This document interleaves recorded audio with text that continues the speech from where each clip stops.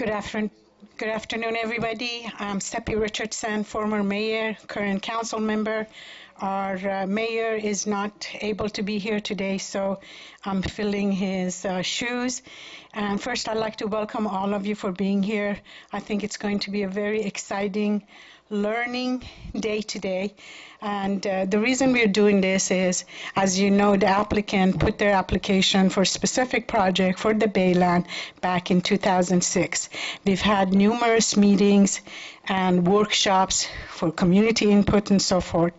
We started the process for the Bayland, and one of those Bayland issues that we need to really address, a very important component of it, is EIR.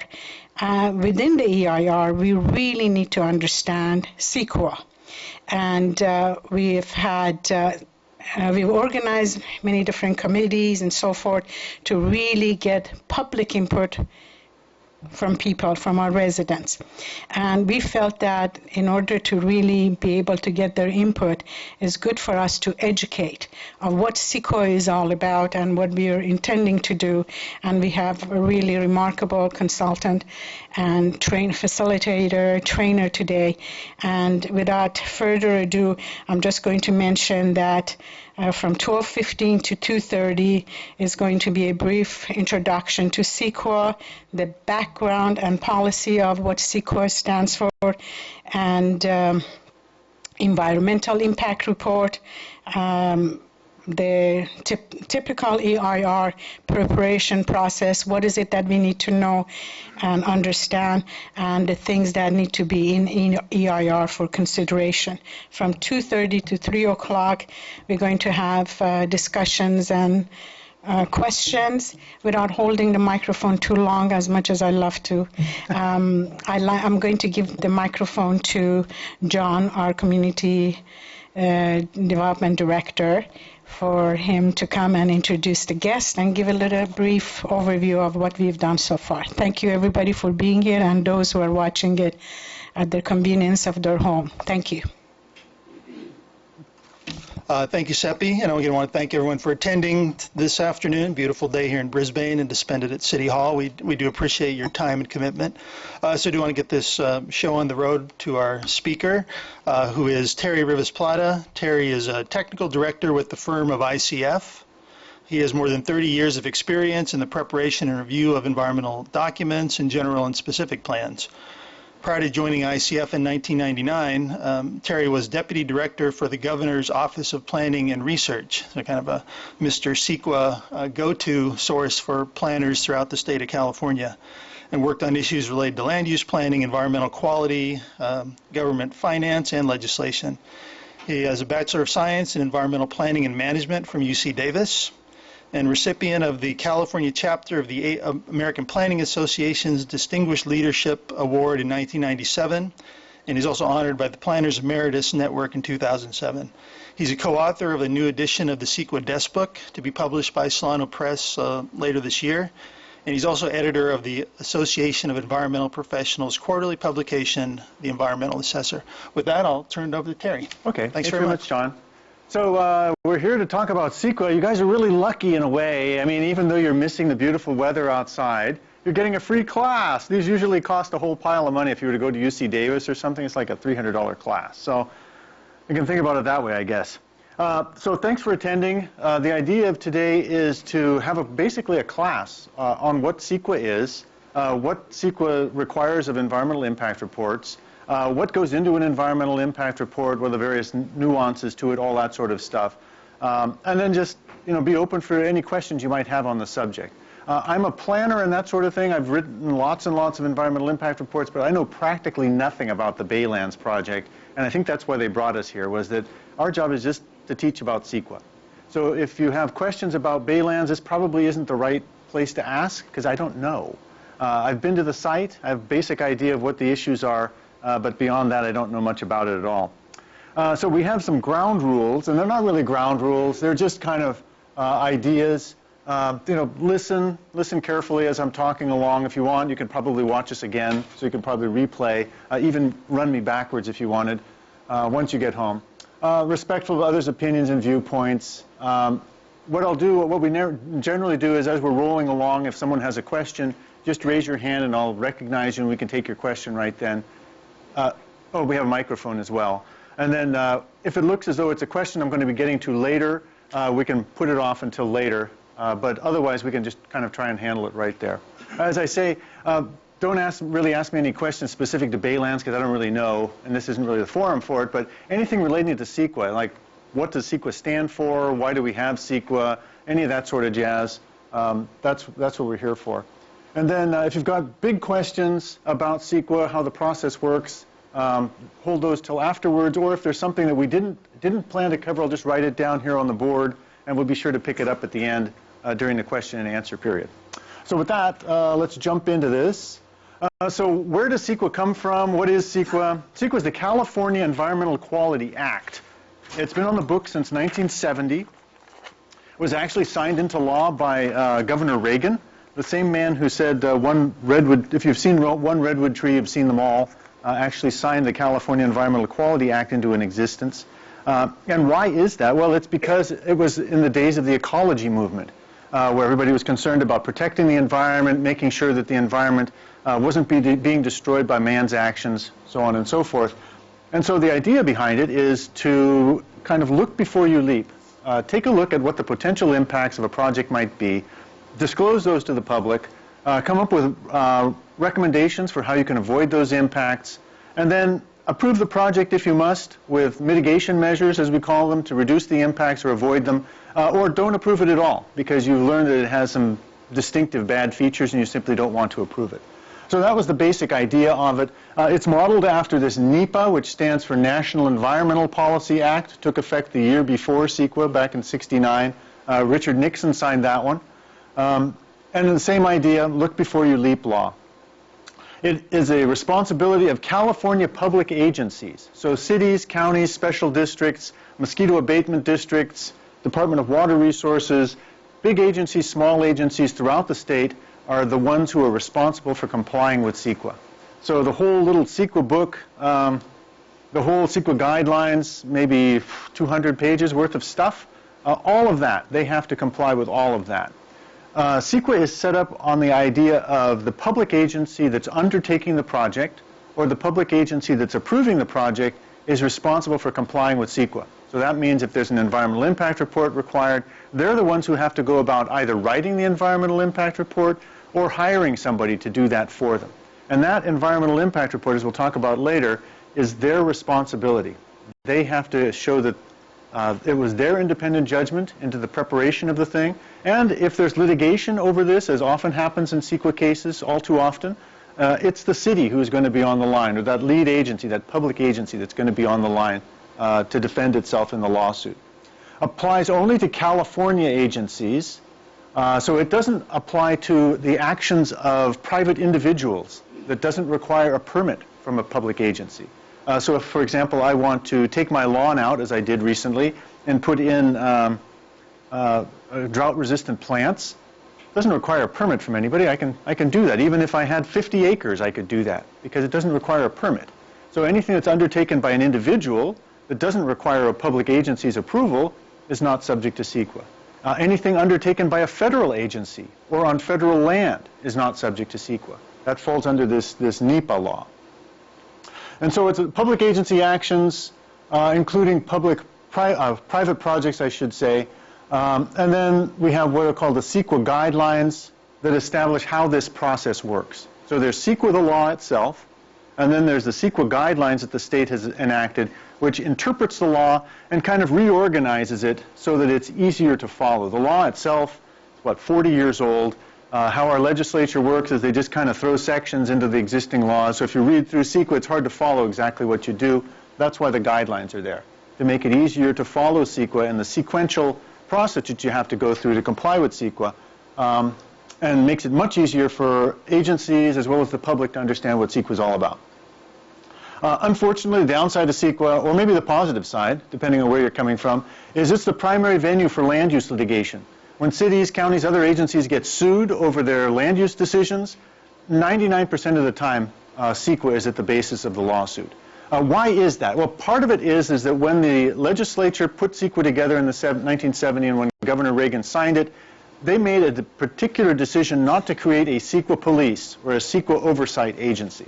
So there is no state agency looking over the shoulders of cities, counties, special districts, etc., as they go about the CEQA process. The only way of ensuring that it occurs properly is that at the end of the process, CEQA empowers the public or other agencies to bring suit against the lead agency, sue the public agency in order to have a court enforce CEQA. So it's enforced by litigation. There's no CEQA police, unfortunately. So CEQA's guiding policies, real estate agents say that real estate is location, location, location. CEQA is disclosure, disclosure, disclosure. CEQA has two main purposes, I would say. One is to disclose the impacts that a project might have. The other one is to try and avoid those impacts. But a big part of it is disclosure. So it's disclosing to decision makers, the people who are approving or denying the project, what's cooking with the project. It's disclosing to the public the same thing. Do we support this project? Do we dislike this project? What's going to happen if we do this project?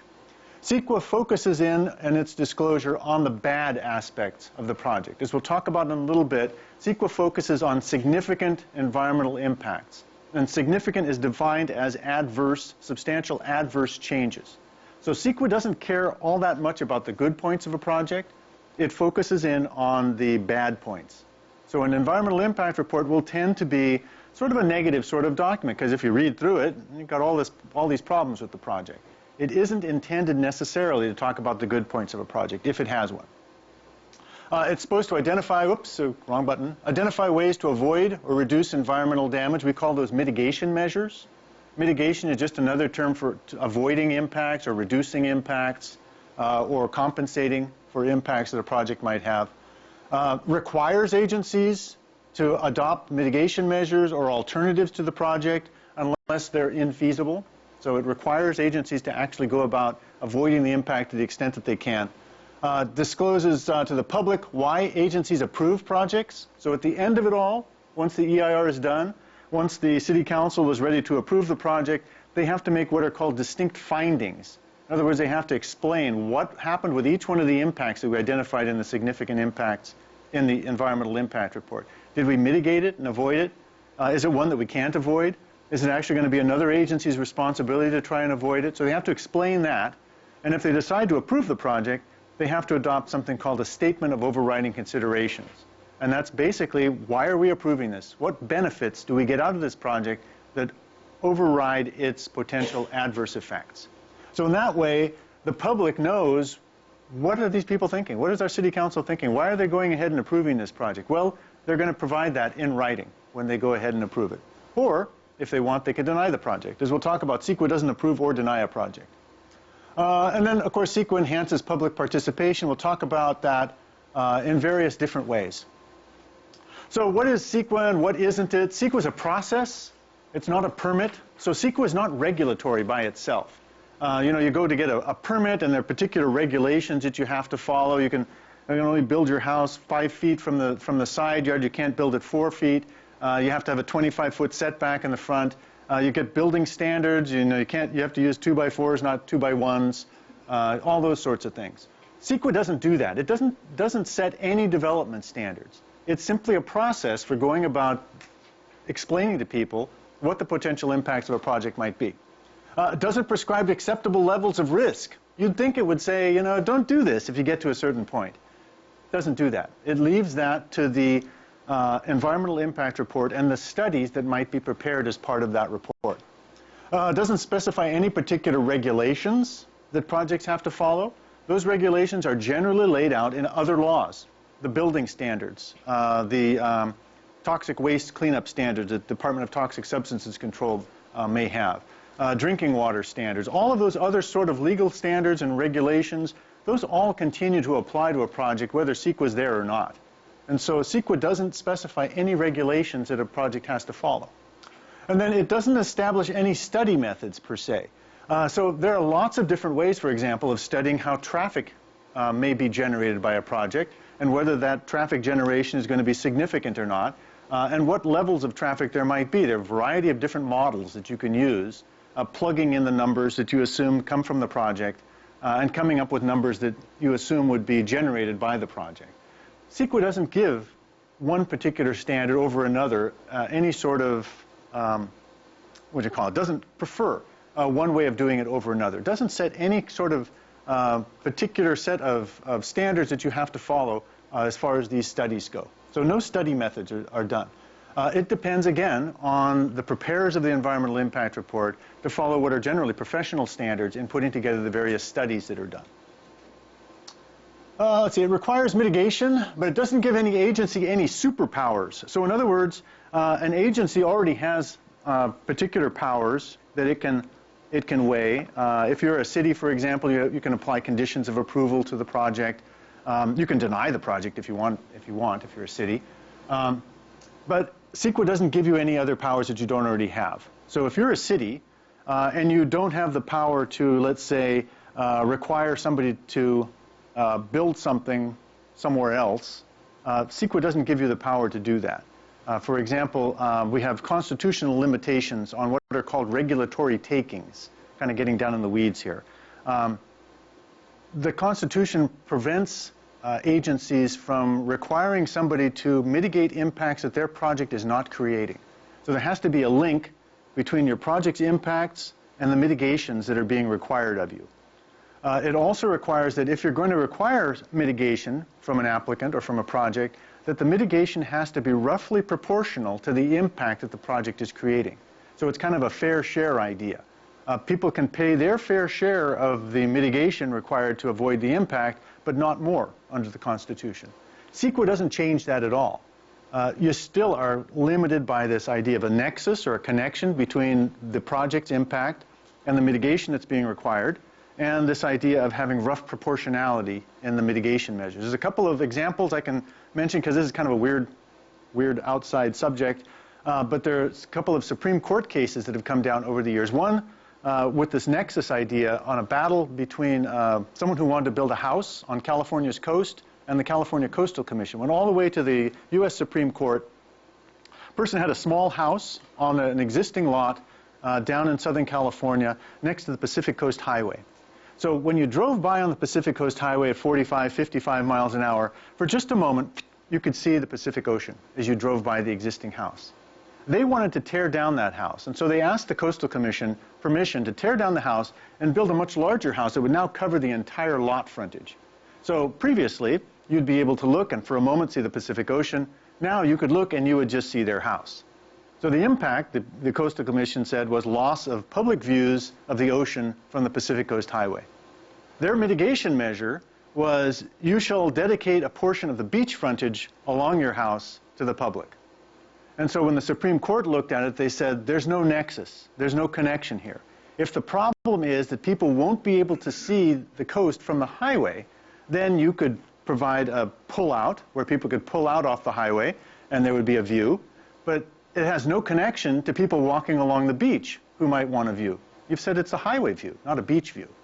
So that's one case. The other case was in Tigard, Oregon, where the city of Tigard had gotten a permit request from some people who owned a small plumbing supply store. The plumbing supply store was going to be expanded, and the city said, fine, we'll let you expand, but by the way, we want you to dedicate about a third of your property to an easement for drainage. And they said, well, you know, we've had this drainage easement on our maps for our general plan for years and years, and in order for us to be able to put that project in, we're going to have everybody dedicate that land, and for you, it's going to be about a third of the size of your property. The Supreme Court looked at it and said, this is not roughly proportional. If you look at how much drainage is coming off of their property, it's not so much drainage that you need to get a third of their property in order to handle that drainage. So because there's no rough proportionality about that, we're not going to allow you to do that. And so they set up this whole idea of rough proportionality of mitigation measures too. So these constitutional law things that have come down over the years are things that are now on the books and that control what cities and counties can do with regards to mitigation. Also, you know, it doesn't give any new powers. So if you don't have the power, if you're in a small agency, you don't have the power of eminent domain, it doesn't give you the power of eminent domain. If you don't have the power to run your own space program and shoot garbage into space, it doesn't give you the power to do that. So whatever powers the agency has, those are the powers that it gets to use to enforce mitigation measures. Okay, it doesn't prescribe the outcome. So CEQA doesn't approve or deny a project. It doesn't deny a project. The agency can have its own reasons for denying it. Perhaps the project is not consistent with the general plan. We've decided our policies are such we're not going to change the general plan. CEQA allows you to do that. On the other hand, it doesn't approve a project. The EIR may show that, gosh, you know, we've got mitigation measures. We can avoid all the significant impacts of this project. Looks as though it would be a very nice project as far as environmental impact goes. CEQA still allows the agency to deny the project if they want. Doesn't get in the way of either approval or denial. It's simply providing the decision makers with more information, with the idea of more information means better decisions. Kind of what's the underlying current of CEQA. It does require that, I guess that's the next one. No wonder it didn't make any sense. There we go. So it requires reasonable disclosure of project impacts. It's not necessarily intended to be a technical report. CEQA EIRs are intended for the general public to be able to read and understand. CEQA guidelines provide that if you have very technical information, you can summarize that in the environmental impact report and then attach that information or make it publicly available so that if someone really does want to get into the weeds with that information, they can do so. But the environmental impact report itself is intended to be something that's digestible by the general public as well as decision makers.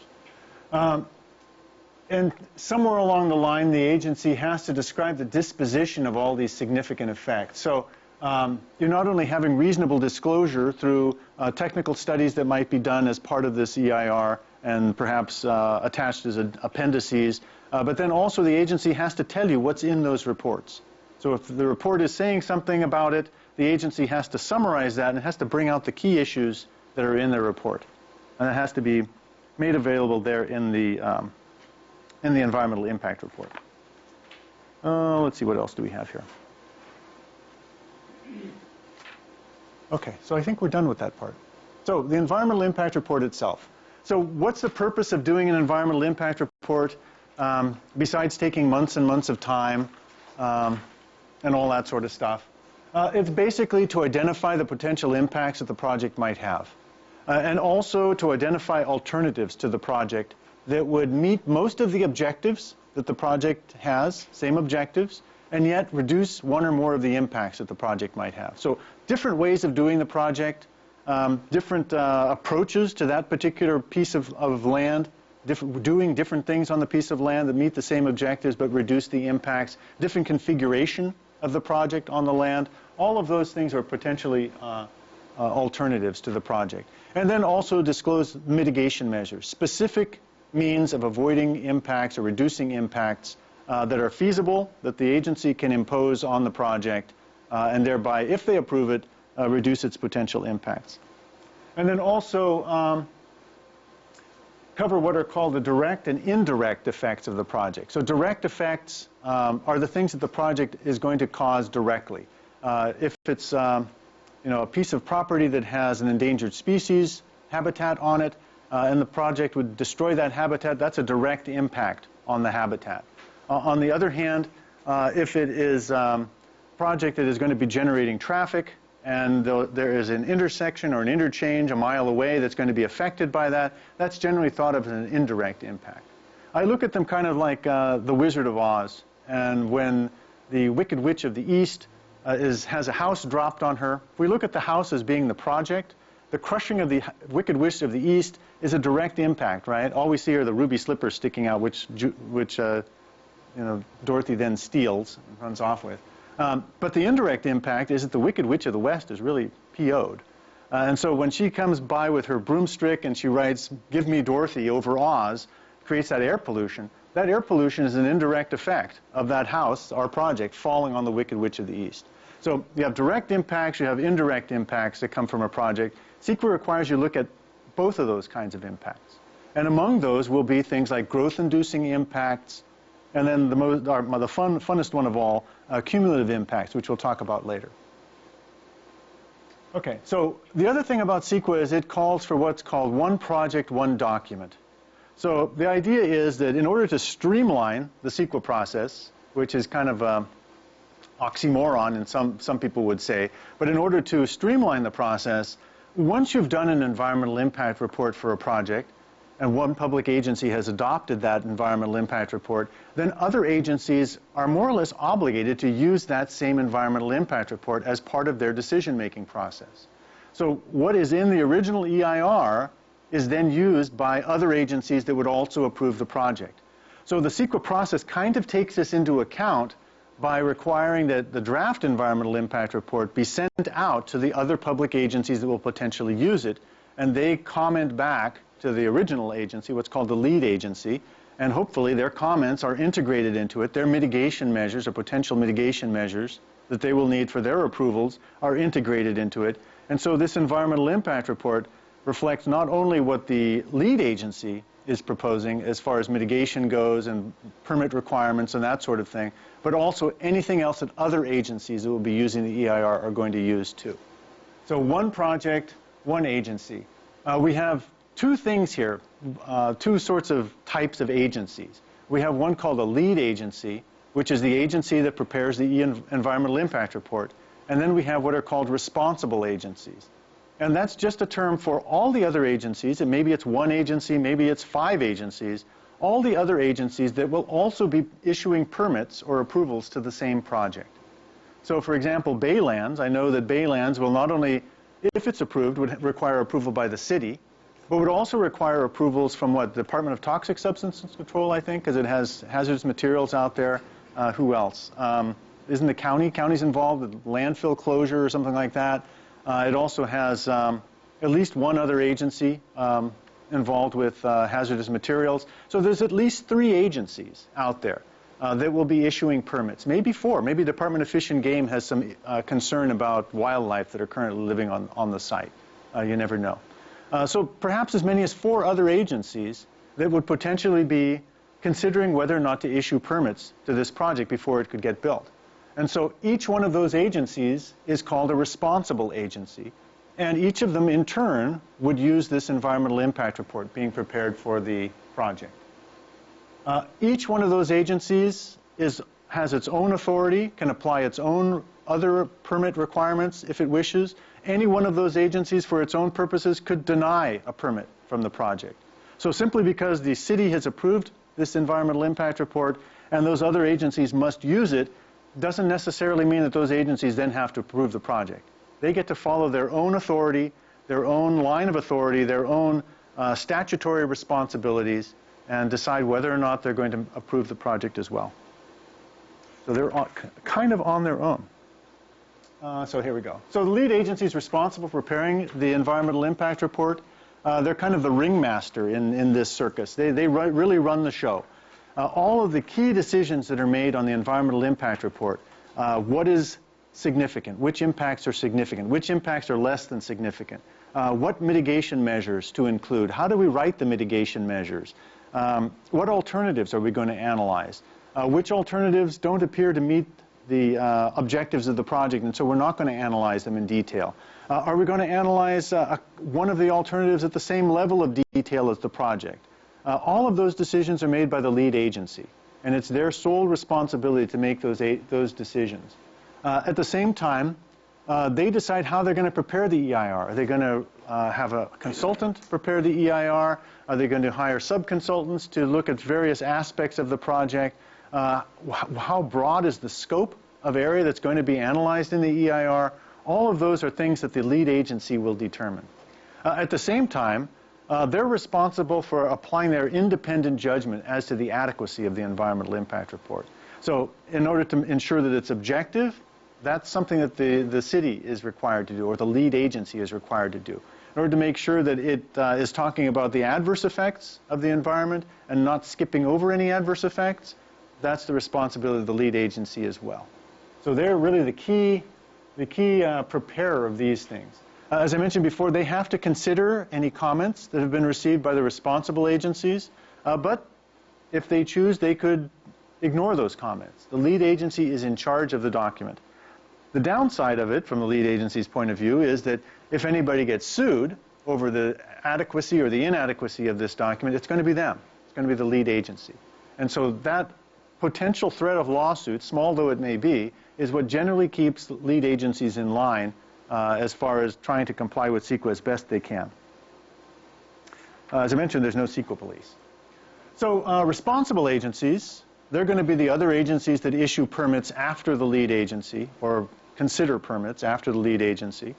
They'll comment on the adequacy of the draft EIR, but unless they actually sue the lead agency, they're obligated to use its EIR once the lead agency adopts that document.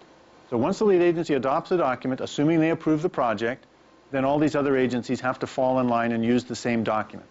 As I mentioned, doesn't necessarily mean that they have to approve the project. It doesn't necessarily limit the scope and breadth of the conditions of approval that they can apply to the project. They still have their own authority, and they still exert their own authority over the project. But it does require that they recognize the same level of significance of the various impacts that were identified in the environmental impact report. So I already talked about that. Lead or responsible agencies can prepare something called a subsequent EIR, which we'll talk about in more depth later. But the way that the law is written, it's written as a limitation rather than as a free authorization to prepare subsequent EIRs. And as we'll talk about later, the purpose of a subsequent EIR is to pick up those things that weren't covered in the original EIR because there is new information available now that we didn't know back then. That there's been a change in the project that wasn't analyzed previously, or there's some change in the circumstances. Let's say a new, we have the butterfly here. Perhaps its cousin has been identified there on the site. Instead of a mission blue, it's the 49er red butterfly that's been identified on the site. Didn't know that before. It's a change in the circumstances. The project would obliterate its habitat. In that case, that's going to be a new impact. That would require preparation of a subsequent EIR. So we'll talk about that more in the future as we roll along here. So study methods, as I mentioned, CEQA doesn't lay out any particular study method for these traffic impact analyses, hazardous materials, risk analyses. Doesn't provide any standards at all for agencies to use as they go about preparing their environmental impact report. So it's generally going to be professional practice by the professionals who are hired to write these sorts of reports.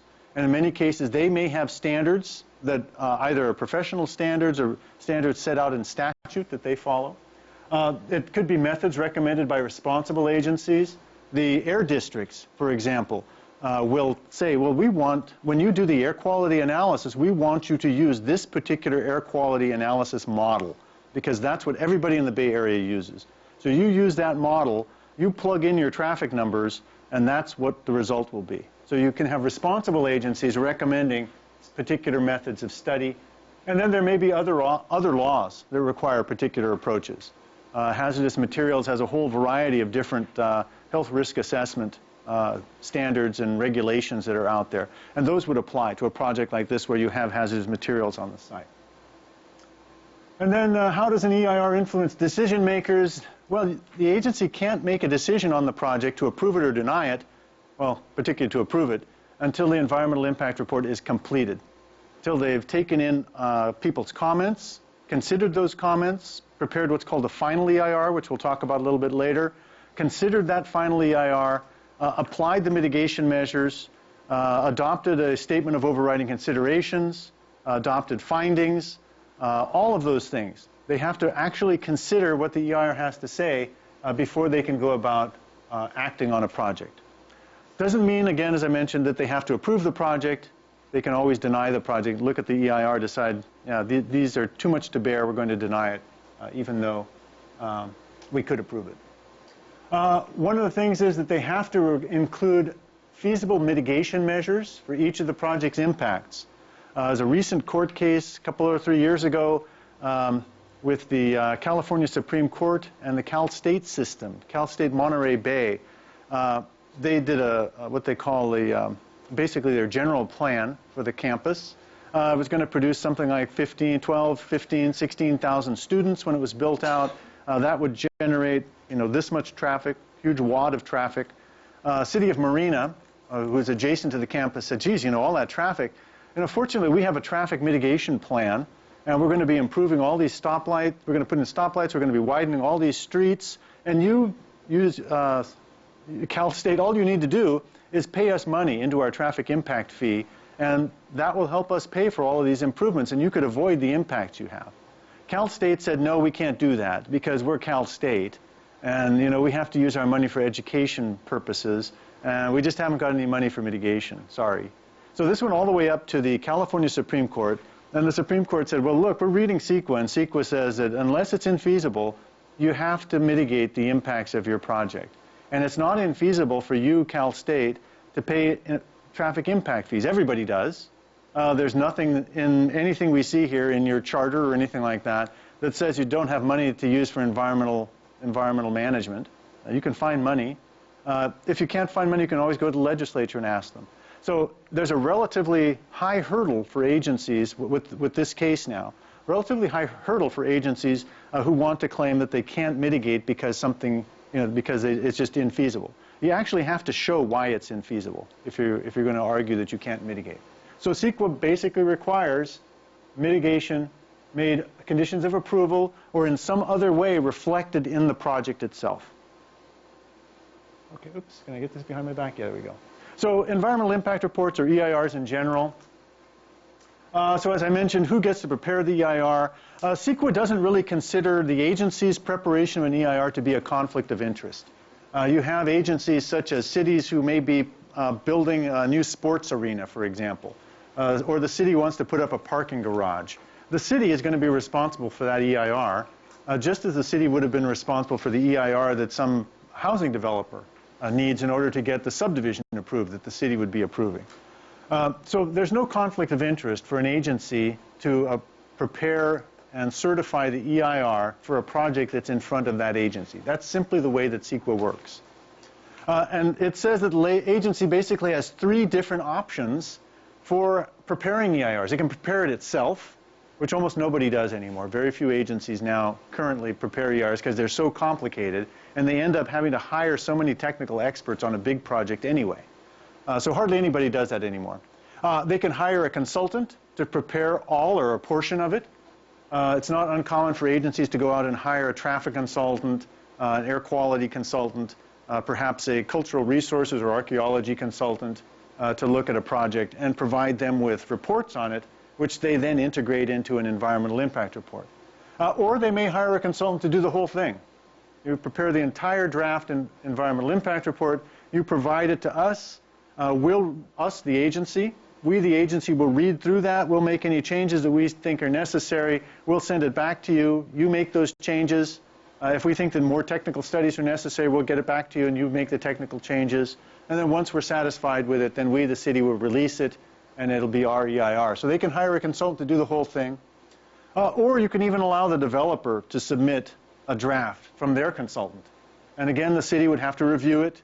They would make sure that it meets all the requirements of CEQA. If they're unsatisfied with it, they can send it back as many times as they want until they are satisfied with it. And then once it's okay and it reflects their independent judgment, then the agency could go ahead and allow that EIR to be released as the public draft for review. So as I mentioned, it's the agency's responsibility to call all the shots, basically, with regards to the EIR, no matter who prepares it, whether they're preparing it, whether their consultant is preparing it, or whether, like some agencies, particularly in Southern California, they allow the developer to actually prepare their preliminary draft of the EIR. So, program EIRs. The EIR being done for the Baylands, as I understand, is a program EIR. There's basically 2 kinds of EIRs. There's project EIRs, ones that are done for a particular project. There's program EIRs, ones that are usually done for large projects or projects that are going to be multi-phased or projects that may involve a variety of different actions on a kind of a geographically linked piece of property. The way that this works is that project EIRs are usually done for an individual project, and their purpose is to analyze the potential impacts of that project, and that's pretty much it. Program EIRs are being done for generally larger projects, and they're usually being prepared to act as the foundation for later approvals down the line. So the program EIRs are usually also looking to the future, and they will be, how can I put this? They may in some ways be more general in their analysis and in their mitigation measures and those sorts of things than a project EIR would be. Because usually, you know pretty much everything about a project when it comes in. You've got a subdivision map, well, it's going to have roads here, there, and everywhere. It's going to have 115 lots. They're going to have a little commercial point here on the end for a 7-Eleven store. You know all that about it. Large projects, a general plan, a specific plan, those sorts of things, they tend to be more blobby. Yeah, you know, that's going to be commercial. And we're going to allow perhaps 1.5 million square feet of commercial space there. But we don't really have a road pattern for it yet. We know they're going to be maybe a couple stories high, but we don't know exactly what's going to be built there. So you're doing generalizations as to what your potential uses are going to be, generalizations as to what the potential impacts of those uses might be as well. We don't know it's going to be exactly 115 homes all leading onto one street and then out of the subdivision, as we might in a subdivision. If it's 115 homes, they're all going onto one street, that's a lot of traffic on that one street. On the other hand, if it's 115 homes as a blob, well, there may be several access points, and so the traffic patterns may be different. So a program EIR is going to take, in some ways, a more generalized view of that big project than a project EIR would do. It may also be more general in its mitigation measures, because it's looking to the future and it knows that this is going to occur in phases, this project. And so as we get to the next phase, we'll know more about that phase than we do now. Now we have some detail on phase 1, less detail on phase 2, a lot less detail on phase 3, because that one's 15 years from now. And so we're going to have really nice mitigation measures on phase 1 that are pretty well locked in, are relatively detailed. Phase 2, our mitigation is, we're still going to require them to mitigate things because we know that there are going to be impacts, but it's going to be a little broader. And it's going to be ready for that new information that we believe we'll know 10 years from now when phase 2 is being approved. The same thing with phase 3, 15 years from now. We don't know everything about that, but once we get the more details in it, we will flesh out the mitigation measures that we've identified for phase 3. So program EIRs tend to have less detail, or can have less detail in their mitigation measures than a project EIR might have. There's nothing wrong with that, provided that those mitigation measures meet a couple of requirements, which we'll talk about later. So the idea of a program EIR is that there are going to be more CEQA studies required in the future, because we don't know everything about the project. The project's going to take a long time to build out. We have other agencies, these responsible agencies that are going to be making their own actions off into the future. There's going to be changes to the project, no doubt, as they go about designing it. There may be some changes that they have to make to reroute roads, changes that they have to make with particular land uses. So 5, 10, 15 years down the road, there may be some revisions to how this project is being proposed right now. There may be changes to the circumstances. As I mentioned, maybe they'll find the San Francisco red butterfly out on the site. We didn't know about that before. And that new listed endangered species, a change in circumstance, that's something we didn't talk about before. Now we're going to have to talk about it before those permits are issued. Or perhaps there is new information that we couldn't have known when we did the original environmental analysis. When we did the analysis, we looked at sea level rise. And at that time, the sea level rise estimates were a foot and a half, well, not a foot, a meter in the bay, over the next, by 2050 or so. Meter rise in the bay, perhaps as soon as 2050. Now, 10 years have passed, we have much better data. It looks as though it's going to be more like 2 meters by that time. Let's hope that's not true. I'm just making this up, okay? Don't get excited. But let's say it is. That's new information that you didn't know before. And now looking at the site, gosh, a lot of the site's actually going to be flooded if that's the case. So that would be something that would have to be looked at that future time. So subsequent EIRs, supplemental EIRs, and then what are called addendum to EIRs is how CEQA handles that. So as the responsible agencies, or even as the lead agency, even if the city goes about issuing future permits to this project, they'll have to look to see whether or not a subsequent EIR is necessary because of new information, changes in circumstances, or perhaps some revision or change to the project itself. So that's what this is for. So the program EIR is kind of set up with the idea we're going to do this program EIR. We're going to get a pretty good idea of what the impacts are going to be. We know that other agencies are going to be issuing permits in the future. We know that this project is going to be built out over a period of time into the future. And so we're going to do the best we can right now to disclose the impacts, to identify mitigation measures, to require those measures to be done, recognizing that we may trigger subsequent EIRs or supplemental EIRs or addendum in the future, and that we may have to go about improving on the mitigation measures in the future. We may have to add mitigation measures in the future. It may be that we'll toss out some of the mitigation measures in the future because the project's been revised in such a way that it no longer creates the impact that it did before. And that's how we handle it, through this particular process. Okay, so as I already mentioned, this is for these subsequent activities, as we call them. There are really two kinds of subsequent activities. One is things that are quote-unquote within the scope of the program EIR. So that would mean things that are actually happening on the geographic area that was covered by the program EIR, things that were more or less described in the original project that we started with. So if we have a project and it identifies this is going to be a commercial area, this is going to be a residential area, this is going to be an industrial area, and the project changes such that, well, you know, we're going to move the residential over here and the commercial over there. We're going to move things around. That's pretty much the same project. On the other hand, if it says, you know, we're not going to have any residential at all, we're going to switch from commercial to all industrial. Instead of being residential, commercial, industrial, mixed use, it's going to be all industrial now. We're going to change our project. That may not be the same project. And so that may not be within the scope of the program EIR. And if that's the case, then it starts the CEQA process over again. So that radically changed project, or a project that was not happening on the same geographic area as what was covered by the program EIR, isn't covered by the program EIR, and you have to do another CEQA process for it. Okay, I have a couple of examples. One is an example up in Sonoma County. Sonoma County, 20 years ago or so, adopted what they call basically a gravel mining ordinance. Gravel mining ordinance along the Russian River. For one reason or other, they analyzed a particular portion, particular reach of the Russian River, and they had a geographic area that this ordinance applied to. A gravel mining operation came in and said, you know, you've covered this area. We'd actually like to put in a gravel mine over here. It was outside the area that the county had studied. And the county said, sure, you know, we did this EIR for the area next to you. We'll just use that EIR for your project too. And so it went to the court, and the opponents successfully argued that that doesn't fit under the same EIR because it's not within the scope. It's outside the geographic area. They never looked at that area for gravel mining. They looked at the area nearby, but they never looked at that area for gravel mining.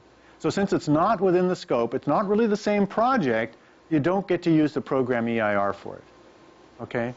So it has to be basically essentially the same project, essentially the same site. And like I said, you can have changes to the project, revisions to the project, and still be able to use this program EIR approach with the subsequent activities and all that. But if you get too far afield, you have to start the CEQA process over. Okay, so what else? Yeah, we've already talked about that.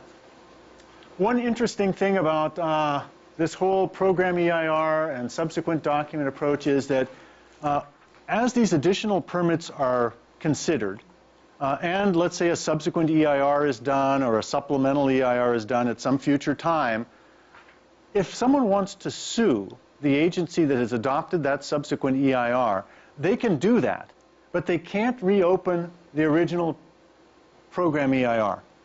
So that original program EIR is not available for another lawsuit. Once its statute of limitations is run, or if it's sued, once the litigation is completed or solved, that's it. That EIR is never reopened again for any litigation. It's not available for litigation. Litigation would be over this subsequent decision. Did you look to see whether or not there were changes in circumstances or new information or a change in the project? Did you properly determine whether or not you needed to do a subsequent EIR? Did you properly apply mitigation measures to the new impacts that you found? So on and so forth. That's what the litigation would be over. So this idea of one project, one document kind of comes back around to the litigation too. Once you're done with that one document and it either gets through its statute of limitations without a lawsuit being filed, or if a lawsuit is filed and it comes to some end, That's it. That environmental impact report isn't available to be sued again. It's the activities that happen afterwards. Okay. Because people wonder, well, what happens? Do you go back and change the old EIR? No, you don't. Strangely enough, SEQRA doesn't really provide for going back and updating old EIRs or making changes to old EIRs. It has this subsequent supplemental addendum process that it goes through, rather than going back and saying, well, you know, we did a traffic study in 2012, and we anticipated 100,000 average daily trips. We've had the trip meter out there, and it turns out, gosh, it's 120,000. That's a lot more than we thought. We'll go back and change the EIR. SEQRA doesn't provide for that. Agencies never do that. They never. You'd think, in a way, it'd be logical to do that, but no, they don't. The EIR is the EIR, and if it was wrong, well, it was wrong. What the courts will focus on, or what the agencies will then focus on, is that next permit or that next action, and whether or not there's something new that came out of the EIR that couldn't have been analyzed before. So a kind of a funny way that EIRs work, but that's the way they are. So the things that trigger these subsequent EIR is a substantial change in the project, substantial change in circumstances, new information of substantial importance. The word substantial is there with a purpose. The idea being that it's not just a little bit of change, it's not just a minor new circumstance that triggers a subsequent EIR. It has to be something substantial, and it has to result, oops, hit the wrong button again. It has to result in new or worsened significant environmental impacts. In other words, an impact you didn't analyze in the EIR, or one that's substantially worse than what you looked at in the original EIR. So as I mentioned before, just briefly, this subsequent EIR approach is not authority to open up the CEQA process again as much as it is a limitation on these later agencies and the CEQA process that they undertake. Because it's a relatively higher hurdle to jump over to require an EIR for a subsequent EIR than was required for the original EIR. Does that make sense? Because the original EIR was done and identified all these potential impacts. Now you're looking with later activities, later permits, you're looking for what's new. Is there something new? Is there a new impact that we didn't cover before? If there was, or if there is, I should say, then we need to do a subsequent EIR. If there isn't, we simply re-adopt the original EIR and go from there. Now, is there a freshness date? You'd think that CEQA might put a freshness date or something like that on an EIR, that each EIR that comes out would be stamped, please take off the shelf, you know, in 2017 or something like that. But there is no freshness date on EIRs. And there are court cases from Southern California, in particular, a couple down in San Diego, one in the city of LA, dealing with original EIRs that were 10, 12, 15 years old, that were successfully defended, where the agency successfully defended itself against someone who said, you know, you've got to redo this EIR. You're not doing a subsequent, you're proposing to either adopt that same EIR again 15 years later for the project, or you're doing an addendum. And as I went back here, here we go, an addendum, minor technical changes, no new significant impacts is what the agency was saying. You're adopting an addendum 15 years later? And the judges said, sure. Yeah, there's no freshness date on an EIR. If the agency has looked at the circumstances, looked at the project, looked at whether or not there's new information, they've documented that none of that leads to a new impact or a more severe impact, they get to use the same EIR. They have to document it. They have to document it, because if they don't document it, they're going to lose that court case if they end up in court. But it has been done. So there's no freshness date. And that's just the way, you know, for one reason or another, that's just the way CEQA works. Okay. Yeah, so this talks about it. The courts have said it's the interest of finality that limits the preparation of a subsequent or supplemental unless you have these particular circumstances that pop up. Okay. Okay, so typical EIR preparation process. The first step here has already been done. City's already sent out a notice of preparation on this project. So that's already been done. But the basic idea is it's advance notice. The city is saying, we're going to be preparing a draft environmental impact report on this project. God bless you. You, the public, you other agencies, let us know what you think ought to be in that environmental impact report. Tell us what you think are your concerns over the main issues. If you have mitigation measures or if you have some alternatives to suggest to the project, let us know those. and we'll try and work those into our draft EIR if we feel that they're worthy. So it's the idea of this quote-unquote scoping of the issues has to go out for at least 30 days, and then those comments that are received are going to be considered as part of the draft EIR. So the people who are drafting the EIR are going to read the comments and may incorporate those into the draft. The next step is the draft environmental impact report. That's the thing that folks will want to focus in on most, because that is essentially the environmental impact report that's going to be used or potentially be used in the consideration of this project. And so it's going to have all the usual meaty stuff. It's going to be disclosing the impacts. It's going to be talking about what the description of the project is. It's going to identify other permits that are necessary and other agencies that are going to be considering this project. It's going to have mitigation measures that identifies alternatives. All of that stuff is going to be in the draft EIR. Normally, the review period for a draft EIR is 45 days, minimum 45 days. The city is actually going to put the Baylands EIR out for 120 days, which is a huge break because on a complex project, 45 days may not be enough for you to actually read this thing, absorb it, be able to cross-check facts and figures that are in the document, make sure that the air quality analysis matches the traffic analysis, matches the noise analysis, that sort of thing. Make sure that the chapters are numbered properly and we don't have chapter 4 coming after chapter 7 or something like that. No, those minor things don't count. Question? So it says there that it identifies potentially feasible alternatives. Right. If your EIR already is examining 3 alternatives, would it propose additional alternatives beyond that, or would it just consider the 2 that are given? Yeah, good question. So if your EIR is looking at 3, yeah, I'm going to, yeah. So if your EIR has 3 alternatives in it, are you limited to analyzing those 3 alternatives, or can you look at other alternatives in the EIR? And the answer is you look at just those 3 alternatives. What the EIR is required to do is to identify a range of potential alternatives. And then from that range of potential alternatives, select the alternatives that are potentially feasible alternatives that, number 1, meet most of the project objectives, and number 2, reduce 1 or more of its impacts. And so those are the ones that it's going to spend its time reviewing. Now, when the draft EIR goes out, it's going to review a discrete number of these alternatives.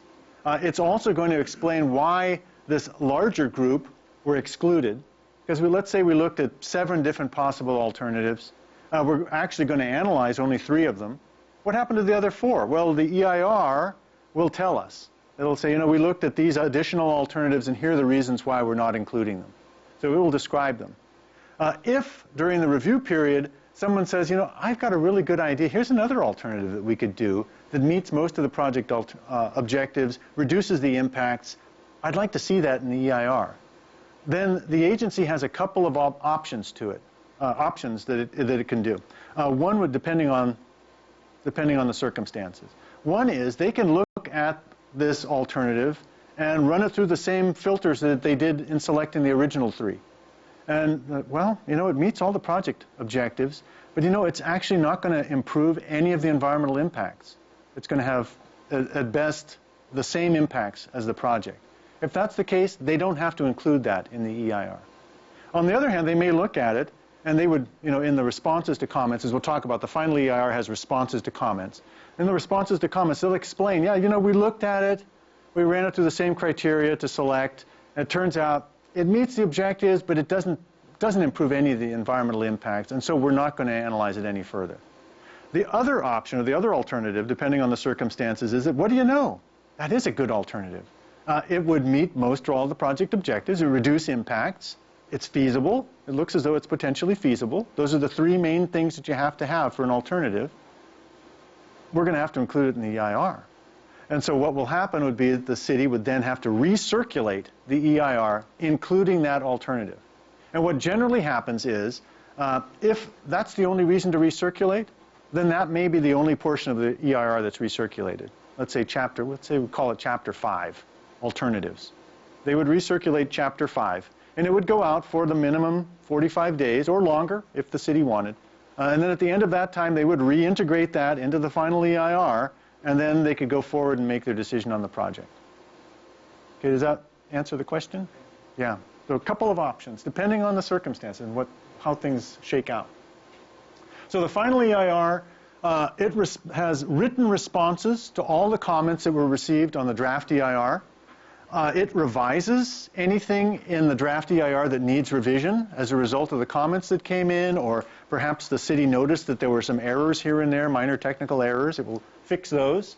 It will have a list of the commenters. And then technically what we call the final EIR also includes the draft EIR. So depending on how these things are put together, it is not uncommon for a final EIR to actually be a 2-document set. Maybe even more if you have another document with all appendices.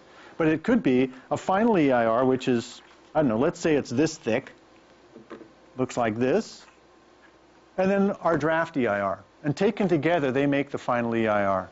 This one would be the comments, the written responses to comments, a list of all the people who commented, and then all the changes that are being proposed to the EIR, the draft EIR. And then this one, this would be original draft EIR. So that's what some agencies do. So their final EIR may actually look like a 2-document set. Other agencies, less commonly, will take the changes that they're making to the EIR, the written comments, the written responses to comments, all of that stuff, and they'll just integrate it all into one big fat document. So they'll go back, they'll redo the EIR, they'll make the changes, and now this is our final EIR. It's one big fat document. Okay, so if you see a 2-document final EIR, that's not unusual at all. A relatively thinnish final EIR and then this draft, that happens all the time. That's not unusual. Or, like I say, more unusually, some agencies will go back and redo the original document so that it turns out to be one chubby document with a couple extra chapters, one being, these are the comments we received, here are written responses to comments. Those are a couple new chapters we're adding to our EIR. Yes, a question in the back? Yeah, I do. I just wanted to see if I understand you correctly. So say 40 years from the date of the original EIR, the land has never been actually prepared in the way that they said it would be, and the town or county has changed and they decided that they want to use it for an entirely different purpose, then a new EIR would be prepared or not? I'm very curious. Yeah, so assuming that the laws haven't changed by then, you would have to prepare a new EIR on the assumption that this new activity would have some significant environmental impact. If you had a new activity, what do you know the new activity is to turn it into a habitat for the San Francisco red butterfly, and that wouldn't involve anything that's going to lead to significant environmental impacts on the site, then potentially that would be a negative declaration. So you may not even need an EIR. But you would definitely need to go back and redo the SEQRA process, and however the SEQRA process shakes out, negative declaration or EIR, you'd have a new one for that site because you're undertaking a totally different approach to it. Right. Okay, so let's see, anything else? Oh yeah, then the EIR has to be certified, quote unquote certified, which basically means adopted by the city before they can go about approving the project. And certification means that, number one, the city council is familiar with the document. We've read through it, we know what it has to say. Number two, that they are essentially certifying its adequacy. We believe that it's adequate for purposes of SEQRA. It meets SEQRA's requirements. And then number three, it reflects our independent judgment as the city. We had consultants do this document, but we've read through it, and everything that's in there we agree with. It's our independent judgment that this thing is adequate, and we're familiar with it, and we're ready to move forward to either approve or deny the project. Now, if the city decided to deny the project, they don't need to certify the EIR. In fact, strangely enough, you don't need to do an EIR at all in order to deny a project. But before they could go about approving it, they would certify it. And so it's very common for agencies to certify an EIR as they're going through the process of considering it. And then they may approve or deny the project independently. Okay? That gives them the flexibility to either approve it or deny it once they've certified it. And then once it's certified, then it can be used by these responsible and these these other agencies down the line as they go about doing, their permitting on the particular project. Okay, so basic contents of an EIR. We've got a table of contents, an executive summary. I was just talking to someone the other day who said that they were looking at an executive summary that was 200 pages long. That's not a very good summary, is it? Unless the type is like this big. But anyway, so an executive summary which is supposed to have a relatively concise summary of what's in the EIR, give you the high points of it. And then impact chapters. And then project alternatives, cumulative and growth-inducing impacts, a list of who prepared it, and then a list of references that have been cited. And then, of course, if there's any technical appendices, these things are typically, on a project like the Baylands where you've got hazardous materials, it's probably going to be things relating to analysis of what's out there, what the risks of it is. There are going to be traffic impact analysis, probably a traffic study. There's going to be air quality, potentially air quality study attached to this. So all these technical appendices will be the various studies that support the conclusions that are in the EIR. So this impact chapter, I've said impact chapters here. There's 17 different types of impacts that the CEQA guidelines identify, everything from agriculture to public utilities. Not every one of those is going to apply in every situation. Agriculture, for example, probably doesn't apply here, right? I mean, there's no ag out there. But so these impact sections or impact chapters are going to look at each one of those particular resource areas that does apply, and it will talk about the environmental setting for that particular resource. It will analyze potential impacts of the project on it, and then whether or not there's going to be a no impact from the project, a less than significant impact from the project, less than significant with mitigation, or perhaps a significant unavoidable impact. So it'll make impact conclusions about each one of these resource areas, and then it'll have mitigation measures. And different EIRs are laid out in different ways. I mean, not everybody uses the same approach, so you may see permutations on this. Some EIR preparers have just one chapter for the impact. So you may have a very, very large chapter that has 16 subheadings in it, chapter 3.1 through chapter 3.16. And each one of those sub-areas would be agriculture, air quality, so on and so forth. Or you may have ones where they have each individual resource as an individual chapter. Chapter 3 is air quality, chapter 4 is, transportation, chapter 5 is and so on and so forth.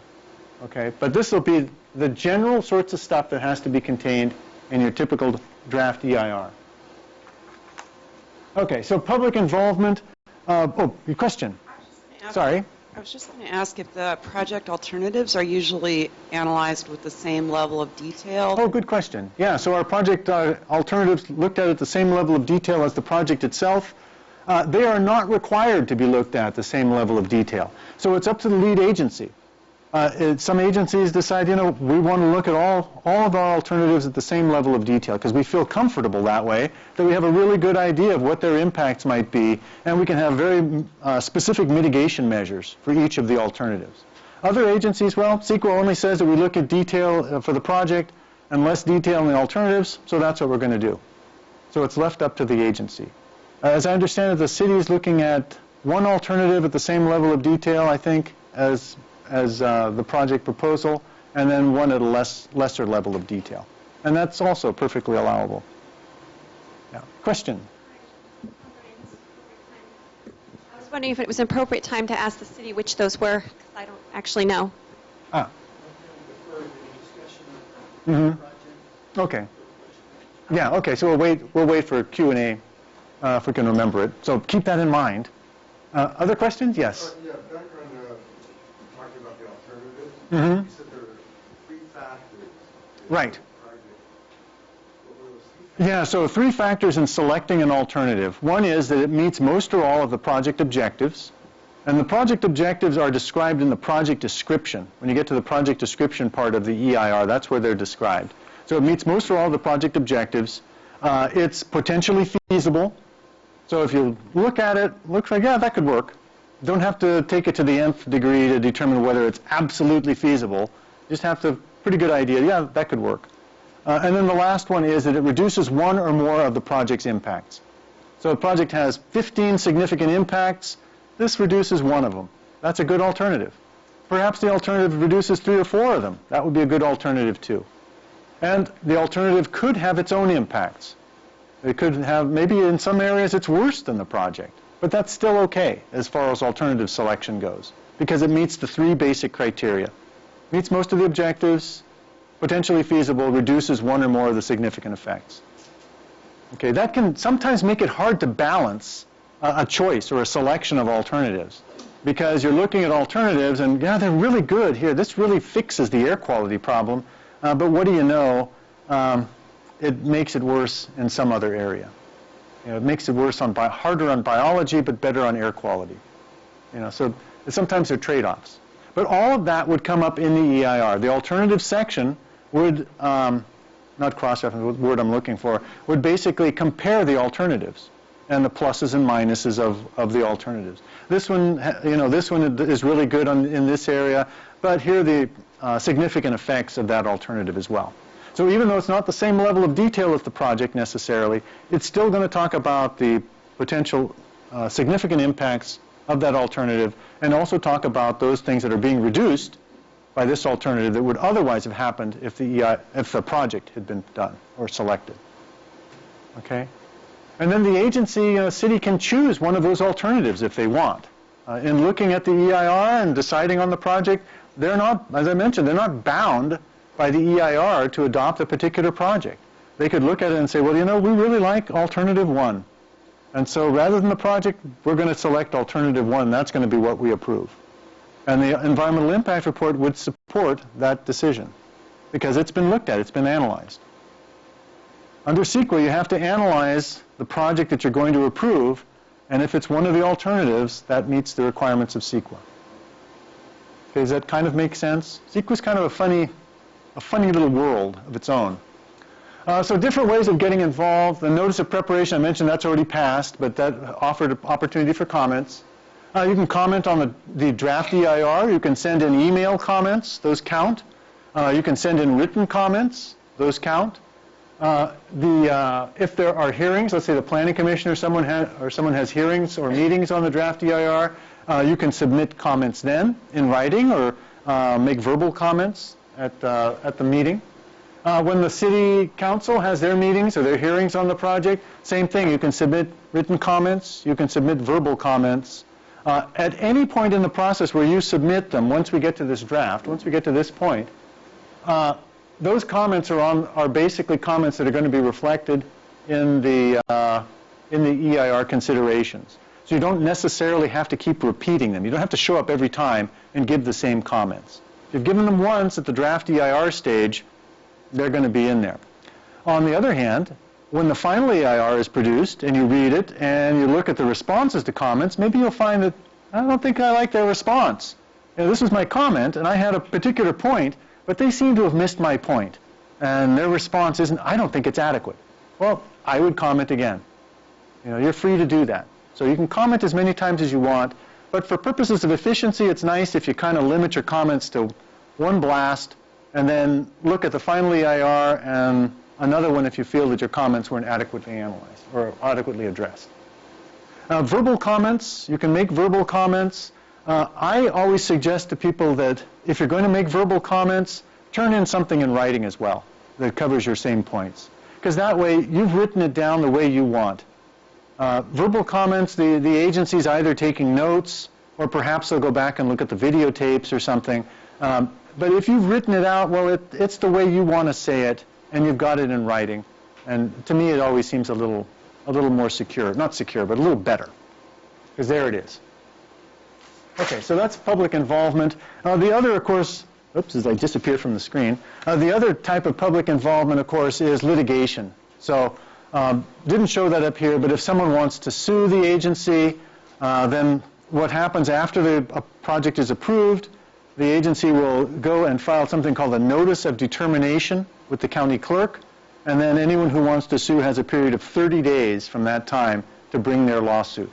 So that's the final sort of public involvement that SEQRA would provide for. Yes, question? So if you make a comment, Oh, if there. someone were to make a comment on, and the agency responded to it, and the person wasn't satisfied with the response, is there any recourse short of a lawsuit, or is that pretty much up to the agency that prepares the EIR? Yeah, good question. So you've submitted a response. The agency has, or I should say, you've submitted a comment. The agency has responded to your comment. You're not satisfied with their response. It kind of depends on where you are in the process. If it was at the draft EIR stage and now the final EIR has come up, you can submit another comment and explain why you feel that it wasn't adequately responded to. And it may be that the city will say, yeah, you're right, here's a better explanation. Or it may be that they won't. They can do either one. And if you're still dissatisfied and you feel that the fact that they didn't respond to your comment properly is indicative of some inadequacy in the EIR, then you could sue them, sure. Now, would a court overturn an EIR simply because a comment wasn't responded to? It depends on how important the comment was and how important it was for them to respond to. They'll look for what is called prejudicial error. And so if it was something that was so minor that it wouldn't have made a difference how the agency made their decision, you're not going to win that lawsuit. On the other hand, if it was something that was pretty important and they didn't really respond to it very well, yeah, that could lead to an overturning of an EIR. For example, you offered an alternative. I think that this alternative would be a good alternative to the project. The agency said, yeah, we looked at that, we don't like it, we're not going to include it. Not in those terms. I'm sure they'd be much more polite. But that's basically what they've done. They say, God, that makes me angry. I'm going to break all the piggy banks. We're going to go hire an attorney. We're going to sue the city. You sue the city, and the court is going to look at that, and they're going to decide whether or not that really was an alternative that they should have looked at. And your attorney is going to argue, yes, this was a great alternative.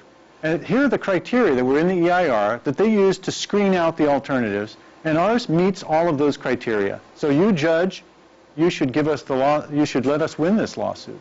The city is going to argue, well, here are the criteria, and we looked at them all, and we felt that it didn't meet them, one or more of the criteria.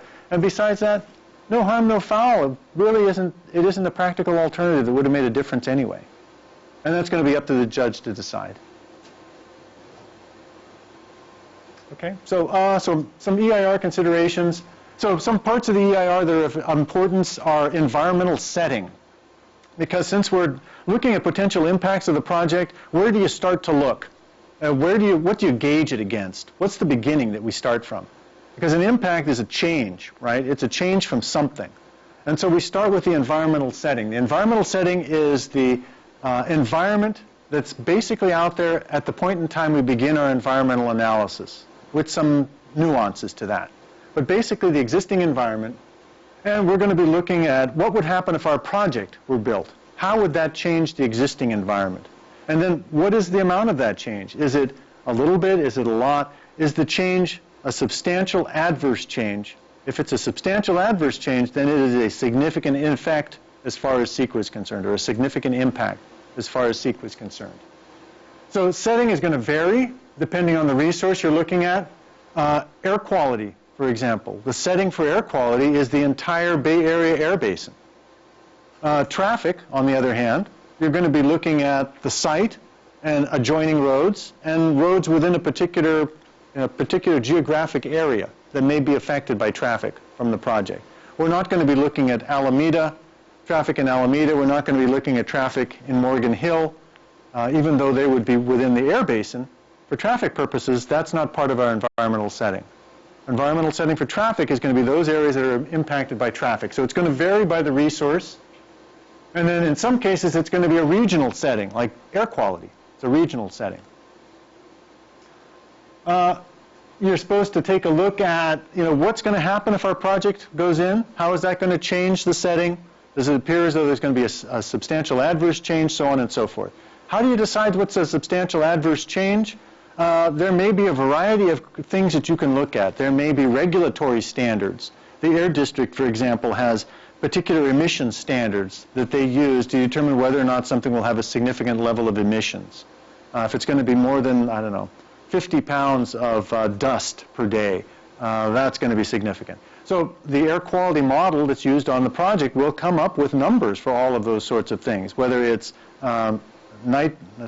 oxides of nitrogen, or whether it's dust, or whether it's any of the other pollutants that might come from the project. The air quality model is going to give you numbers for that. Those would be compared to the air district's standards, and if you exceed the standard, that's a significant effect. On the other hand, there may be effects that are less numeric. Aesthetics, for example, lighting. Is it significant that there are going to be a lot more lights there? Well, we're going to require that they cover all of the lights and all the lighting be pushed downward so that it covers just the area that it needs to, and very little lighting goes up into the night sky. Is that still significant? That's hard to say. It might be something that's left to the judgment of the city to determine. So in some cases, there are regulatory standards and other very clean methods of determining significance. In others, it's more up to the judgment of the city. In some cases, it may be up to professional judgment. Risk analysis, for example, may be professional judgment as to what is an allowable or acceptable risk for particular sorts of hazardous materials. And standards that other regulatory agencies have. How much risk will we allow for exposure to particular types of materials? There are regulatory standards for that. So that might be means of determining whether or not something is significant. Okay. So there is a nuance to this idea of existing conditions or baseline. It's another term for it, baseline. There's been a line of court cases recently, starting with a Supreme Court case that says that environmental setting is normally the baseline. The idea of normally offers flexibility to agencies. So the Supreme Court 2-3 years ago made a decision regarding a refinery down in Southern California where they looked at a situation where the refinery needed a permit from the air district. The air district had a number of already approved permits for this particular refinery. And so the air district said, what we're going to use as our baseline is the maximum level of output of emissions from that refinery under its existing permits. And so it's this much, let's say this much air pollutants coming out of that refinery. We're going to take a look now at what would happen with, right now the refinery is producing this much, let's say, but this is the permitted level. With the proposal that we're getting from the refinery, it would produce about this much. And so we're going to say that's less than significant because it hasn't reached the permitted level.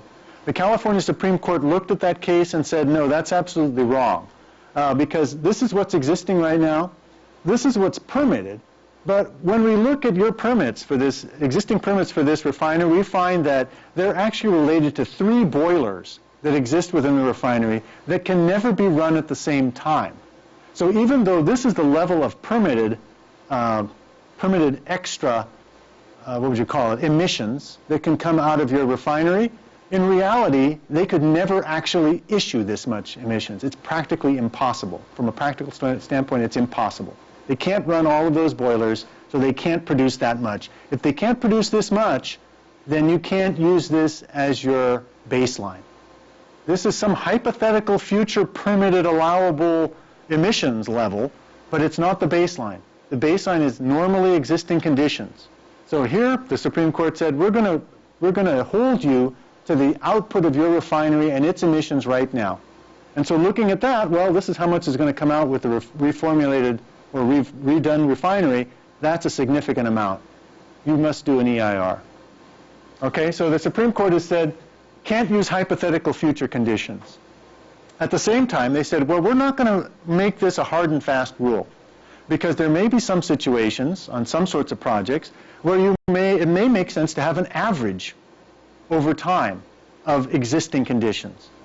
For example, if it is a project that involves stream flows or river flows, some points in time the stream is dry or practically dry during the summer. During the winter, it's a raging torrent. That doesn't mean that if your project is proposed in the summer that you consider that to be a nearly dry stream, when in reality in the winter it's a raging torrent. It may mean that you consider it as a raging torrent for purposes of erosion control, for purposes of flooding, So there may be reasons why you don't use this instantaneous moment in time where you begin your environmental analysis to be your existing conditions. There may be situations where you would look to the future and actually have a future baseline. Not like what happened in Southern California with the air district and the refinery, because that was totally hypothetical. But there may be situations where, let's say this project isn't going to be in operations for 5 years. It's not actually going to produce any traffic for 5 years. 5 years from now, if we look at our capital improvements plan, the city is actually planning to widen some of these streets, put in some stoplights in that general area, and we know that there are going to be some additional developments that are occurring out there that are going to be contributing traffic to the area. So in 5 years, traffic conditions are going to look like this. Even though they look like this right now, they're going to look different in 5 years. And so we're going to use 5 years out as our baseline. And we've got a couple of court cases, one in the San Jose or South Bay area, and then one down in Southern California that indicates that that may be an allowable baseline. A baseline that's not actually today for traffic, but perhaps 5 years in the future, because it was a project that wasn't actually going to be operational for 5 years, and that offers a better view of what is going to change between when this thing is operational and what things look like today. So that's still kind of an open question as to what baseline is, but that's what they're talking about in the court. So it remains, there's a bit of flexibility. So if you see that the environmental impact report for Baylands is not using the moment that the EIR began as its baseline, that doesn't necessarily mean it's inadequate. Not necessarily. So something to keep in mind. There's flexibility there. And then we talked about alternatives already, what they have to do. You also have to include the no project alternative. So every EIR also looks at no project. And no project doesn't necessarily mean nothing will be done with the property. It will simply mean that this project is not being done with the property. So if there are other activities that are potentially proposed for that, other reasonably foreseeable actions that would be taken on that property, those would potentially be the no project alternative. So for example, if, I don't know, these other permitting agencies that are looking at remedial action plans for the project, if we assume that they would go forward with those, that might be the no project. It might be. On the other hand, if we assume that they're not going to go forward with it, then maybe no project is what's out there right now. So that's left to the decision of the lead agency, but they have some alternatives as to what the no project is. It's not necessarily just nothing happening. It's what's reasonably foreseeable that might happen if the project is not approved. Okay, anything else? Yeah, so the EIR doesn't have to cover every possible alternative that's out there. There's a thing called the rule of reason, and the courts have said you have to look at a reasonable number of alternatives that are potentially feasible. So if you have 5 alternatives, if you have 3 alternatives, the EIR has to describe why 5 alternatives, why 3 alternatives, why those are reasonable alternatives. But if there are 15 different possible alternatives, you don't necessarily have to have looked at all of them. You simply have to select ones that are a reasonable range. If there's a possibility of, I don't know, let's say 1,500 dwelling units, 1,450 dwelling units, 1,400 dwelling units, 1,300 dwelling units, you don't necessarily have to look at 1,450 or 1,400 if there's no real difference between those and 1,500 or 1,300. So it may be out of those 4 or 5, you're only looking at a couple of them. Okay? So you don't have to look at every alternative. There's this rule of reason. Also, the EIR has to identify what's called the environmentally superior alternative. So looking at the alternatives, it has to describe which one appears to be the best from the environmental point of view. This is sort of an artifact in the SEQRA itself, meaning that it doesn't have any real purpose other than simply to inform decision makers and the public that out of the alternatives, this is the nicest looking of them. This is the one that does the finest job of reducing impacts. But it doesn't mean that the agency has to select it. They're not obligated to do anything with that other than to identify it. And it may be that even the environmentally superior alternative still has its own bad aspects. It's just better than the other alternatives. Okay, it's just environmentally superior amongst the alternatives. And then, as I mentioned before, somewhere in the EIR, they need to identify the original range of potential alternatives that they started with, the ones that they've selected for further analysis, and then the ones that weren't selected and why they didn't select those. So the EIR has to cover that somewhere. Some cases it's in the alternative analysis. I've also seen it sometimes as an appendix. Sometimes you see it as another document that's referenced. But somewhere along the line, the city has to have gone through this process and make it available so that people can look at the original range of alternatives and know why those other ones weren't selected. So the city's required to do that. Yes, question? A question about alternatives. And you mentioned the lead agency is not obligated to select the alternative, but isn't it the property owner that's going to select the permitted project that they want to build? Right, yeah. So the lead agency isn't obligated to select the alternative, but isn't it left up to the property owner to decide what they're going to build? And that's true. It is up to the property owner to decide what they want to build, but it's up to the city to decide what they're going to permit. So the city may say, well, this is what we would like. And the property owner says, well, I'm not going to build that. Okay, we approved your project. You're not going to build it. That's fine. It won't get built. Okay? So, and that may lead to its own legal ramifications. God knows. But the cities can do that. You don't, just because someone wants to do something with their property doesn't mean you have to let them. Doesn't mean you can't condition them within, as I mentioned, those constitutional bounds. Doesn't mean that you can't require that the thing be redone. Another alternative that's more amenable to the city is selected. The city has the power to do all of that. And then it's up to the applicant to decide whether or not they want to go forward with the project. Okay, so significant. So we talked a little bit about this. Significant, substantial adverse change in the environment, a change from the baseline, whatever we define that to be, and it's what will happen if the project's built. The project's built, well, it's going to be this much impact. This is what our baseline is. We've got that much difference. Is that significant? And so, as I mentioned before, exceeding some adopted threshold or standard, regulatory standard, that's certainly a good argument that this is significant because it's exceeding a risk. It's a risk-based analysis, and there's a standard for acceptable risk. It exceeds that risk. That's pretty clear that that's significant. We have a standard for air quality. It's going to be pumping out more emissions during construction, more dust than is allowable. That's going to be significant. Other things like community values, aesthetics, for example, light, glare, the look of the place. Is that significant? That's more of a community call by the city council or by the preparers of the EIR. It's not as clear-cut as something that there's a standard for. But nonetheless, the agency, the preparers, they have to make that determination. It's not significant or it's less than significant. It would be less than significant when we mitigate, or it's going to be significant and unavoidable. So they still have to make one of those four calls, even though in some cases it can be subjective rather than objective. Okay, so study methods, I mentioned before, SEQRA doesn't lay out any particular study methods. It's a process that you have to go through. And so the particular study methods that are used in the EIR are going to be based on professional practice for the various professionals that are hired to do the various studies.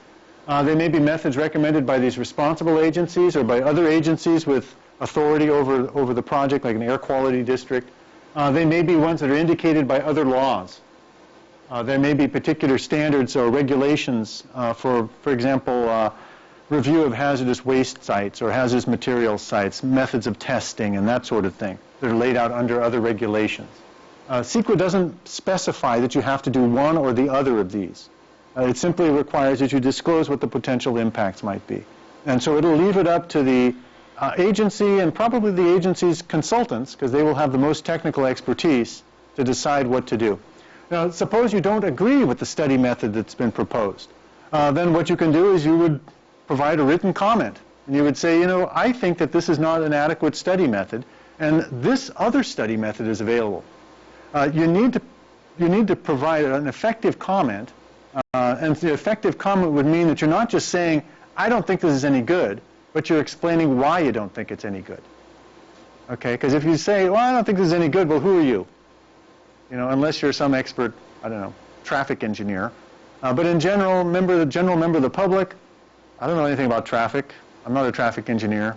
I don't think the traffic study is good, but I can't prove it.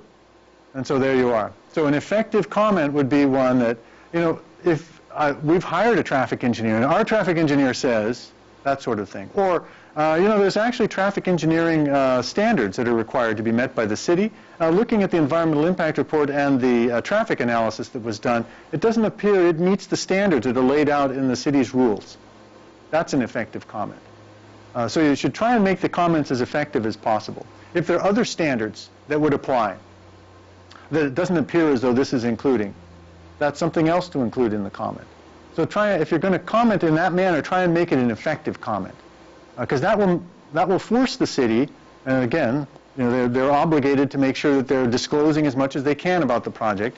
It will force the city to explain, well, this is why we selected the method or the study method that we have, and this is why we think that it's adequate, and it will make them explain further, why they've gone that route. Now, if this should end up in litigation, there would be something in the record that the agency considered where someone said, I don't like the study method. And so it's quite possible that if there's litigation, that the attorneys for the opposing side will say, look, somebody raised this issue and said that the study method wasn't adequate, and so we're going to bring that up as an issue in this lawsuit. And so that's another way that it would potentially be worked out, is that there would be a lawsuit, and then the judges would decide whether or not the study method appeared to be adequate.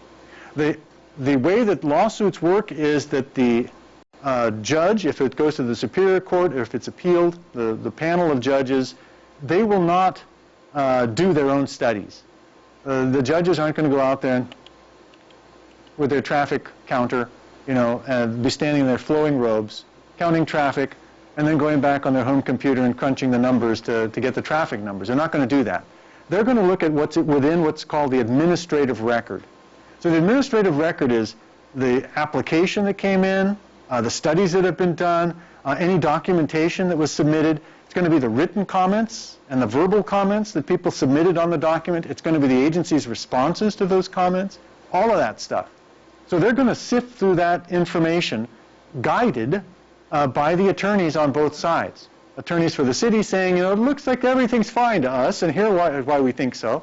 Attorneys on the other side saying, oh, it's terrible, and here's why we think it's terrible. And then the judges, using what's in the record, are going to decide whether or not they feel that this was, this was an adequate analysis, whether it's supported by what they call substantial evidence, factual evidence, and whether they will uphold what the city was doing, or whether they're going to tell the city, we think that you should have done this additional study. This commenter was right. Your study only covered areas 1, 2, and 3. They suggested you had to cover 5 and 7 as well. 6 was okay. Yeah, you have to cover 5 and 7 as well, because there's not evidence indicating that just covering 1 through 4 was enough. Okay, so that's how it would end up if you went to litigation. But that's kind of what effective comments end up. If there's litigation, they're going to not only, well, before there's litigation, as the agency is reviewing things, they're going to raise issues with the agency is obligated to respond to. And then if there's litigation, then those comments are going to pop up again, and they could potentially be used as ammunition in the lawsuit against the city. So that's why it's important to have effective comments, because it helps the city to begin with, so that they can respond to you adequately. And then should the thing end up in litigation, then they'll provide more fun for the attorneys on both sides to argue over. Give them something to argue over. Okay, so cumulative impacts. This is an area that's really difficult to understand because it's kind of almost like a two-part thing. Cumulative impacts are impacts that are, this is the first part. Cumulative impacts are impacts that are created by lots and lots of projects, all contributing to the same impact. Air quality is the classic one. Everybody's driving their cars around. All the cars are putting out a little bit of pollutants. Taken together, it means bad air quality, in particular for particular pollutants. It means ozone, because everybody's car is releasing a little bit of oxides of nitrogen unless you're driving a Volt or something. And so everybody's contributions lead to this cumulative impact. So that's the cumulative impact. What SEQRA requires is that the agency identify those cumulative impacts that the project will contribute to. So there may be lots and lots of cumulative impacts out there, but there may be that not all of them the project actually contributes to.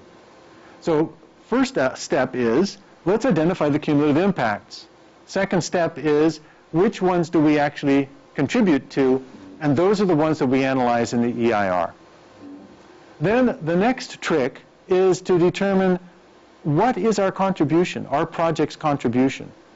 Is the contribution significant or not? And where this gets tricky is that a project may have a less than significant impact on the environment and yet still have a significant contribution to a cumulative impact.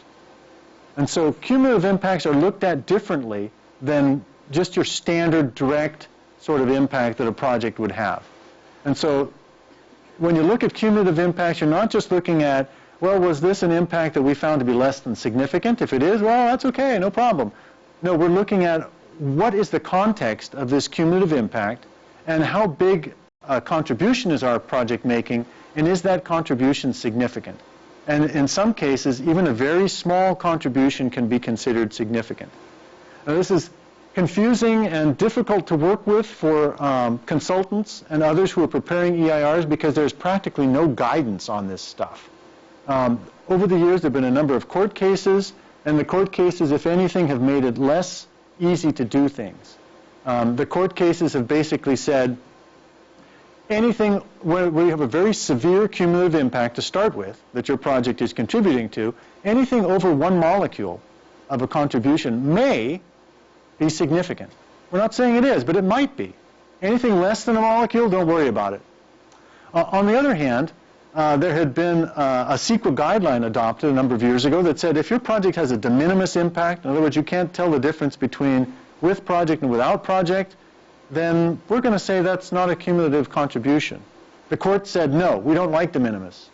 We said that it could be less than a molecule and not count, but de minimis, we don't like that idea.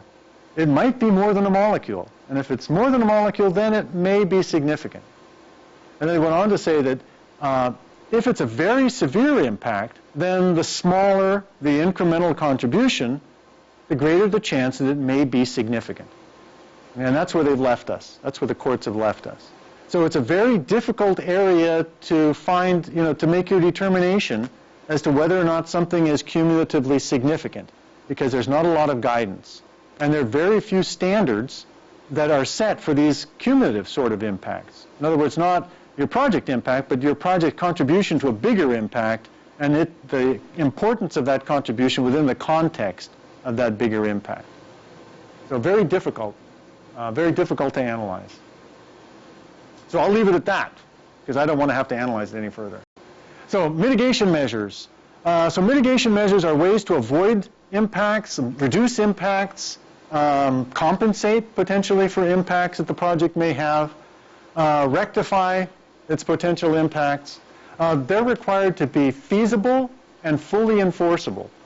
So that means that the agency mustn't adopt mitigation measures that it knows won't work, or mitigation measures that for one reason or another are potentially illegal, or perhaps way too expensive, extraordinarily expensive to the point where no one would ever pay that much for mitigation. And then it has to be fully enforceable. So there's some means of the agency requiring this to be done. We can put it in there as a condition of approval. It's going into the development agreement for the project. It's going to be, the project is actually going to be revised to incorporate that mitigation measure. All of those things would indicate that it's fully enforceable. So it has to be something you can do, and it has to be something that you're going to do. And the city, or the lead agency, I should say, is also required to impose these mitigation measures unless it can show that they're infeasible for one reason or another. And so what's feasible? That would mean it can be successfully done within a reasonable period of time, taking a look at potential economic, social, legal, and technological factors. So can you do it? Agency can't defer its obligation to adopt mitigation measures, so they have to do it, have to mitigate, unless they show that it's infeasible for some reason or other. So in some cases where permitting is not done, project design isn't sufficiently advanced, you can't actually write detailed mitigation measures. It may be one of those situations where you just don't have enough information right now to write out exactly what has to be done in order to avoid the impact. So SEQRA requires that the agency do at least these things: commit to mitigate by adopting a mitigation measure, provide performance standards that ensure that the thing is actually going to be done, or alternatively a menu of measures. You can choose from any one of these measures, for example. We've got 5 different measures for minimizing traffic impacts. You choose from one of those. Anyone might do it. We'll give you that opportunity to choose from them, but here they are.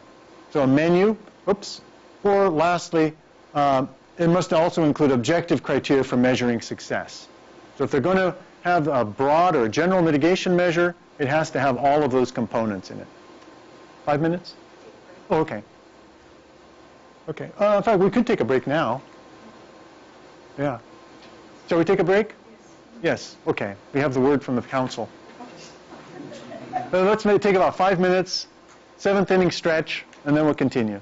There's refreshments, water, fruit, so help yourselves, please.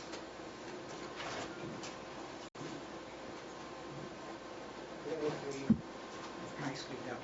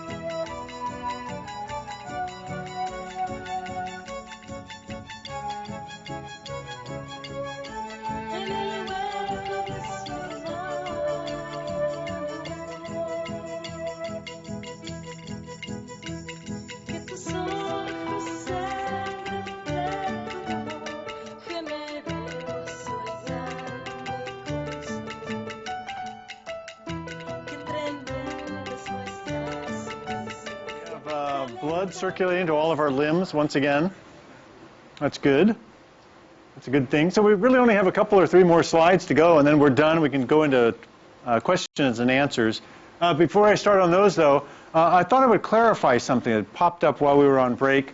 There's a question now as to what CEQA is supposed to cover.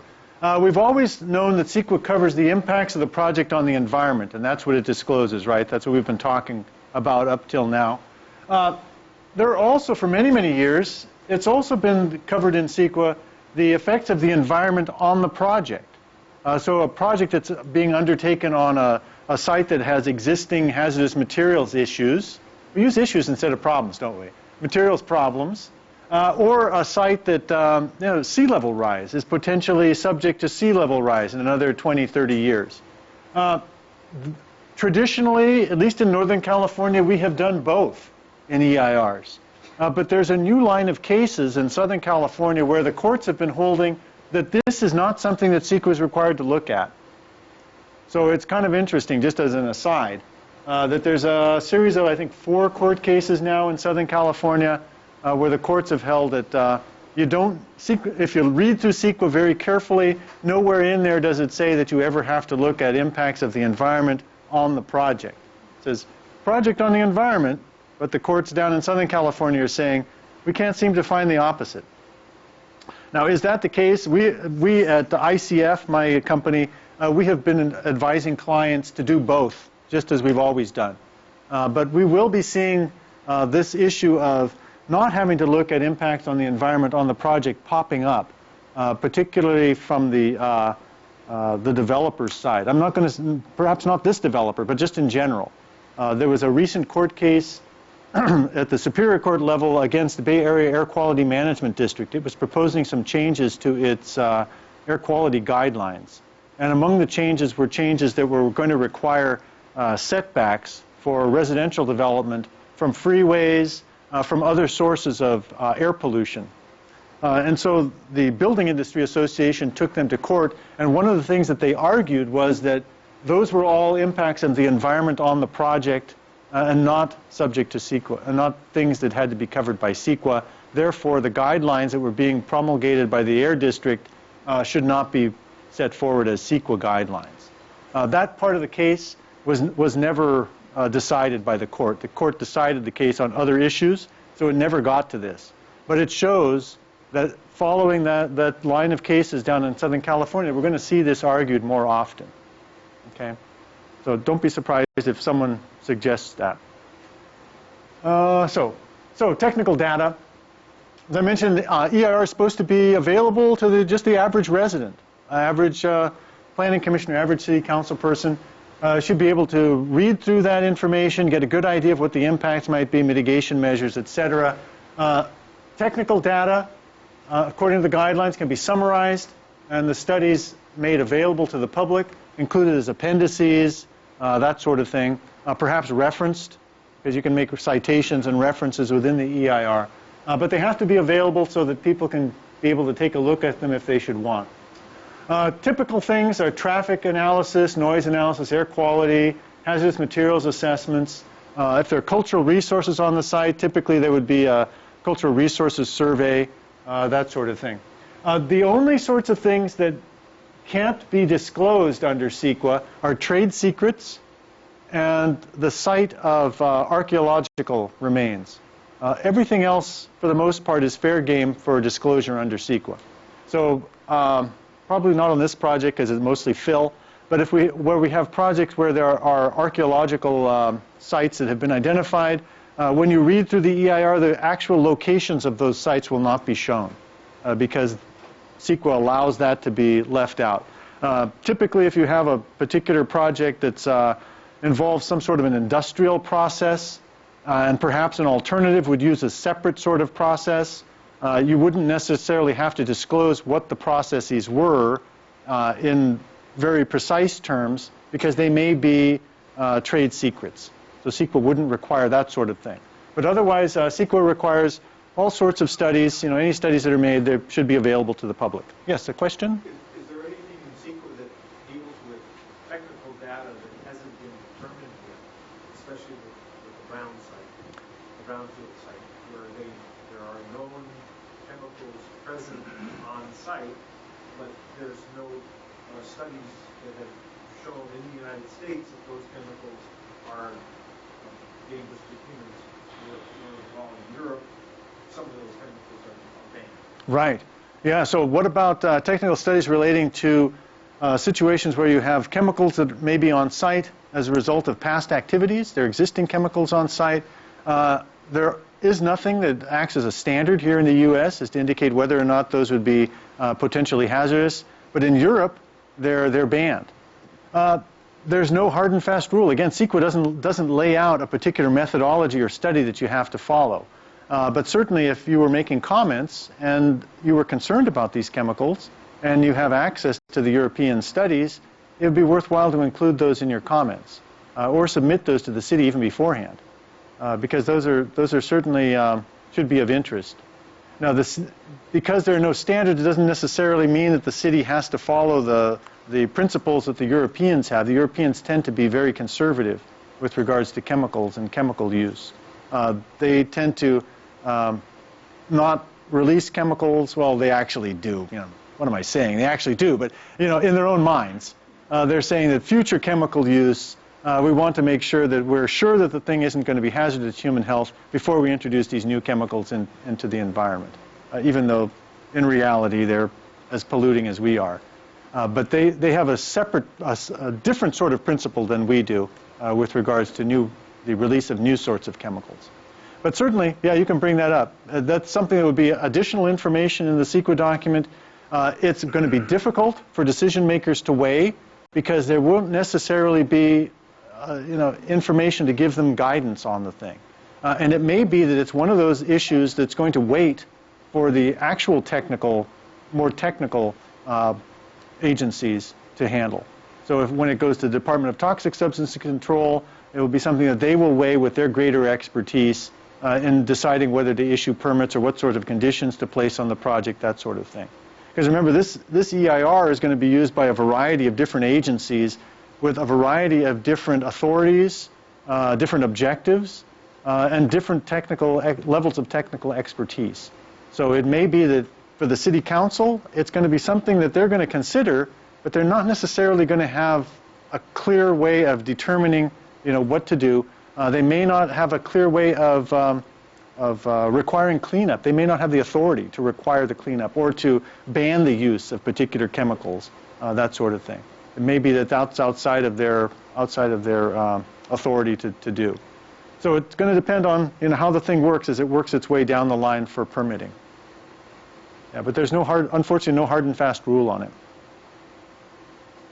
Other questions on this? I'll turn away so I don't see them. Any other questions? No. Okay.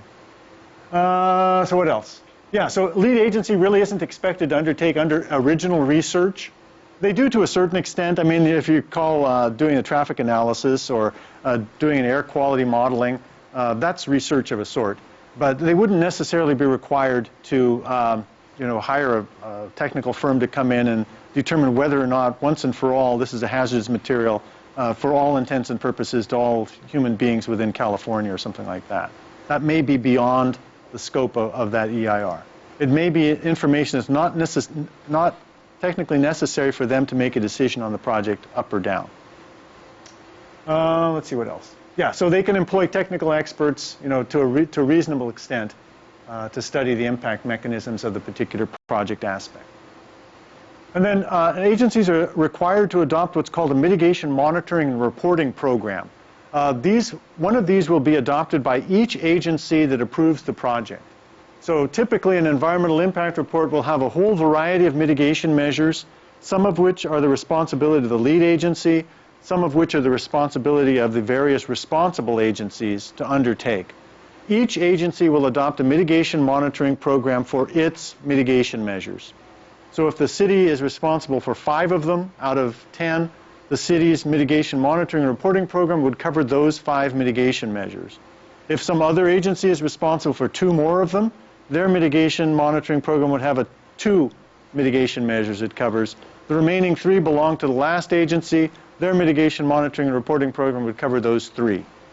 So a mitigation monitoring and reporting program required, but only required for those mitigations that are responsibility of the lead agency to implement. And the same thing as the responsible agencies come down the line. If they approve the project, they adopt their own mitigation monitoring program with responsibility for the mitigation measures that they're imposing. And the idea is that once all the permitting is approved, or once all the permitting happens, all of these mitigation measures will have their own mitigation monitoring program because they will have been picked up by one or more of the agencies that are responsible for their implementation. The idea of the mitigation monitoring program is simply to require that, or to make sure that the mitigation is implemented. There is very little in CEQA that talks about, in fact, there's nothing in CEQA, I should say, that says that they have to ensure that the mitigation is actually works. It simply says that it has to be implemented. So it may be that mitigation doesn't work, but it's been implemented and the mitigation monitoring and reporting program is satisfied. So what that means is that you have to make sure, if you're a reviewer of the EIR and if you're the lead agency, you have to make sure that your mitigation measures themselves are written in such a way that you're pretty sure they're going to work, because you can't rely on the mitigation monitoring and reporting program to do that. It's simply there to ensure that they get implemented. So the agency should be looking carefully at the mitigation measures to make sure that they work, to make sure that if it looks as though there may be, it's a long-term mitigation measure, that perhaps it requires adaptation as you go along. You learn from things that you're doing now and you refine the mitigation measure into the future, that sort of thing is written into the mitigation measure and not rely on the mitigation monitoring and reporting program. Because the mitigation measure is what is going to be imposed on the project. The mitigation monitoring program is simply there to ensure that it gets implemented. Okay, so it means that it's very important as to adequacy, completeness, description, adequacy of description, that all of those things get put into that mitigation measure that's there in the EIR. Okay, so role of the public. Didn't turn out very well. This slide didn't show up well. Oh well, okay. So notice of preparation review, this is already done, but this is one way that the public gets involved. As we mentioned before, the draft EIR is coming out August, is it? Somewhere, fingers crossed, perhaps August. And then there's going to be a 120-day comment period. So that means for 120 days you get a chance to take a look at this thing, become familiar with it, translate it into, I don't know, Klingonese if you so chose. Translate it back. 120 days is a lot of time. But it gives you a lot of time to take a look at it, determine whether or not you think it's adequate, whether you think you need to comment on it, and then to get your written comments into the city. There's also going to be a Planning Commission hearing on the draft EIR. That'll offer you the opportunity to provide verbal comments to the city as well as written ones. And then if you've already turned in written comments or you're going to do so at the Planning Commission meeting, you don't necessarily have to reiterate those.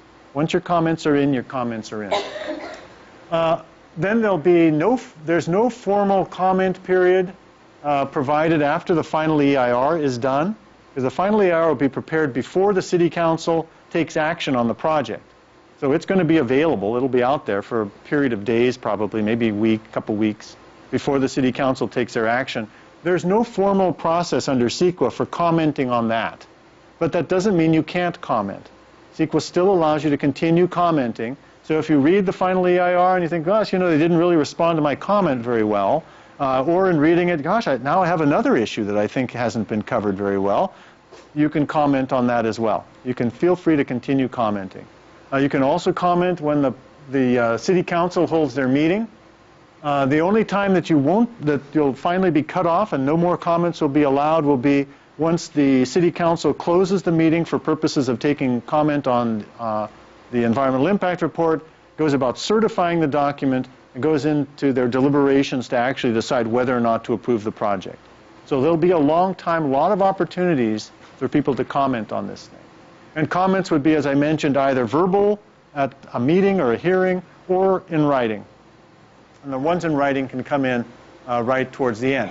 These ones that are received after this 120-day original review period for the draft EIR, those will not necessarily be responded to in writing. The agency has to consider them, In many cases, what an agency will do is that they will respond to them if possible in the staff report. So they'll explain to the city council, you know, these are some comments that we received after the end of the review period, and here's what they had to say. You know, here are the letters. Here's how we think that they affect the environmental impact report, and here's our response. But they don't necessarily have to put that written response into the final EIR itself. Okay, so that's the importance of this 120 days, is that in general, the comments that are received during that period are the only ones that the agency will include in the written responses for the final EIR. And I say in general because some agencies will give you some slack time. If we're still working on the final EIR, 120 days has ended, we've got time to include your comment too. It came in day 125 or 130. We've got time, we'll include that one. So they have some slack if they want to, but they're not obligated to include a written response for those that come in after 120 days. Have to consider them, but don't necessarily have to have a written response. Yes, question?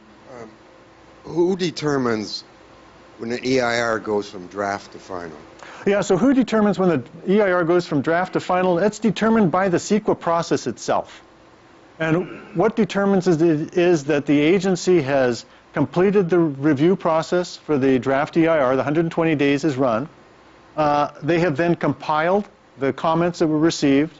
They've written responses to all the comments that are received, and they've packaged them together as a final EIR. And so that's what makes a final EIR.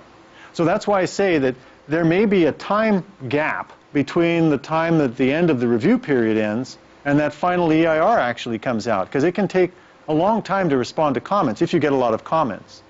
And so during that long period of responding to these comments, if additional ones filter in, well, maybe if they came in early enough that we can respond to those too, and we'll just kind of throw that into the EIR as well.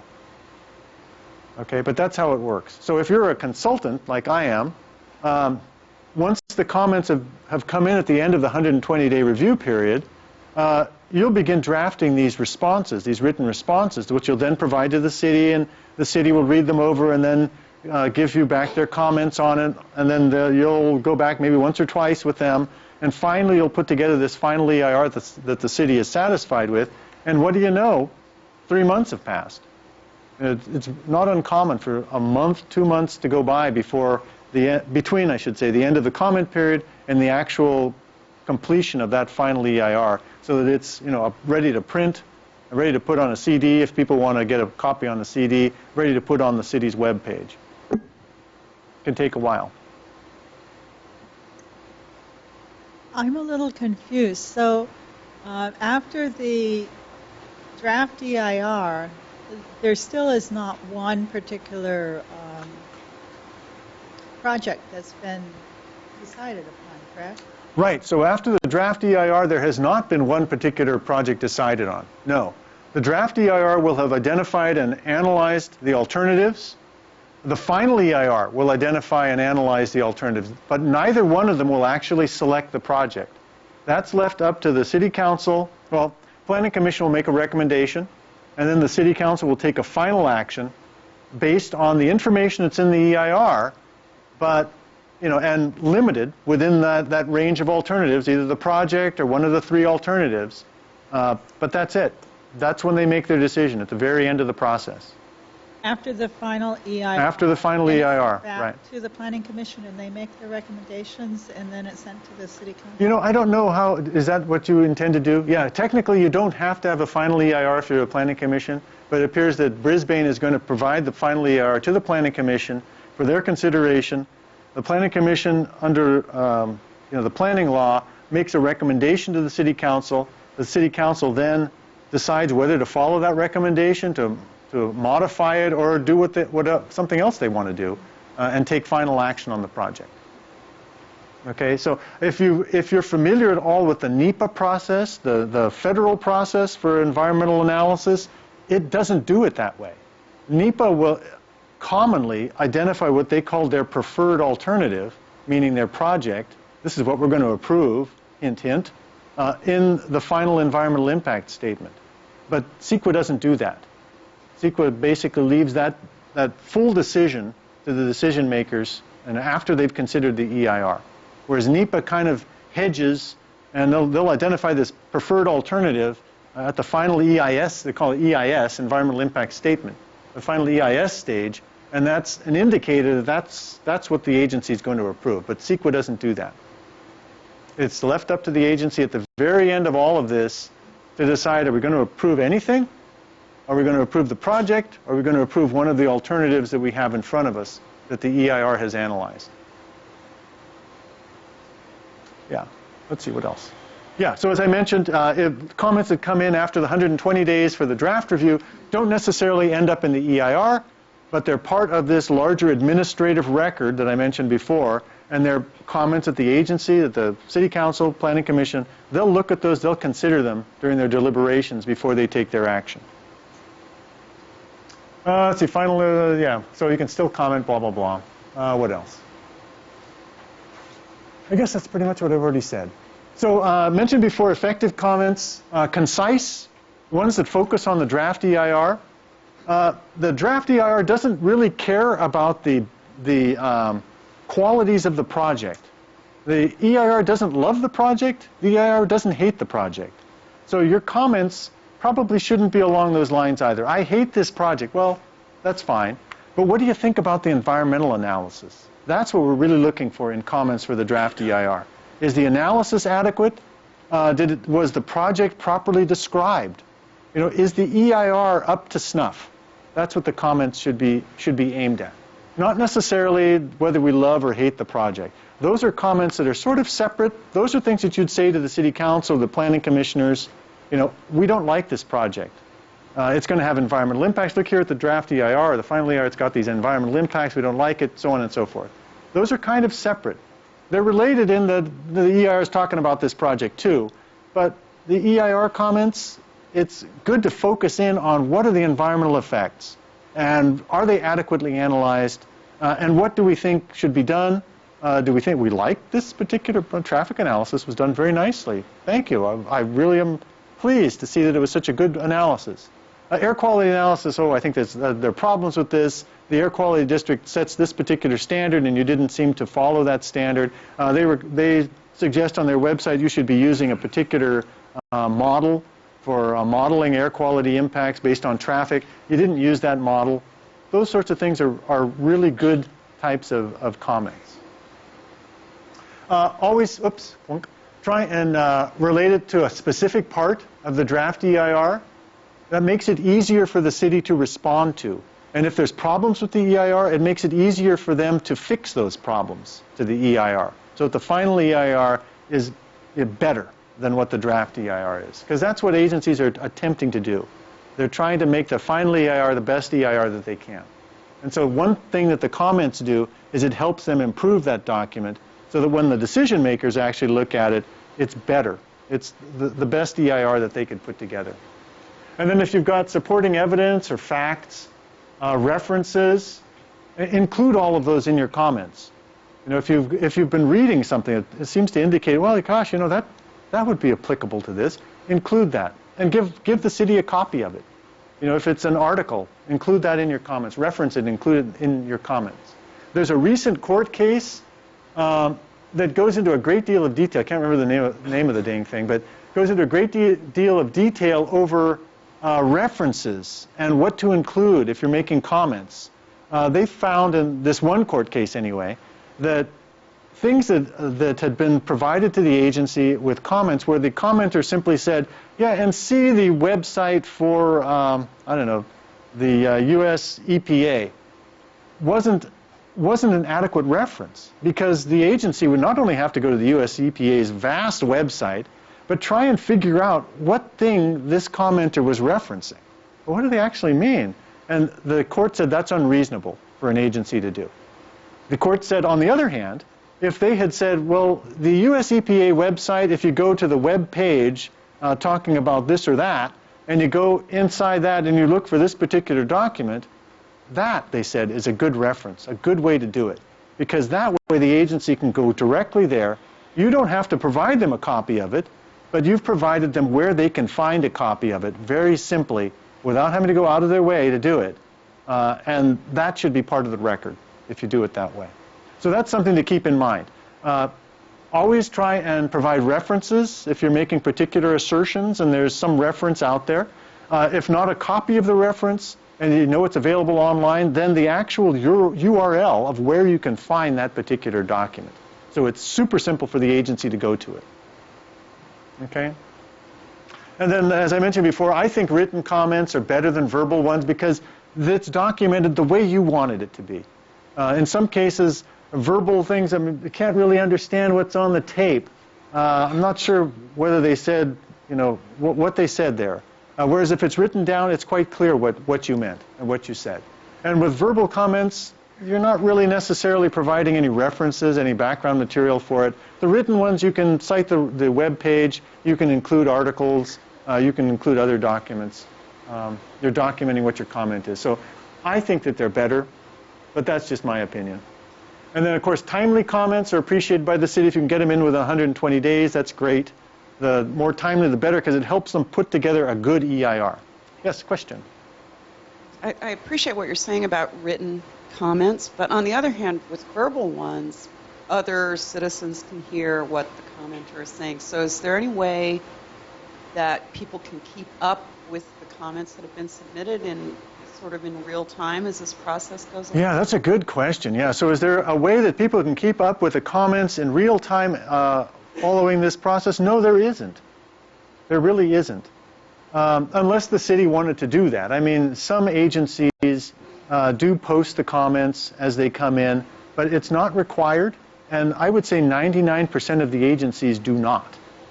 And why do they not? Because it's a hassle to do so. I mean, you get all these comments, many of them not in electronic form, and you'd have to go about scanning them, you know, putting them on a website.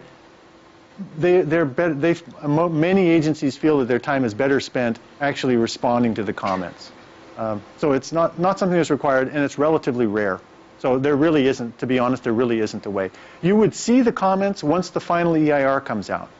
But in 99% of the cases, that's the first time that people get to see what other people are saying about the project. Yeah, and that's just the way that SEQRA is written. Yeah.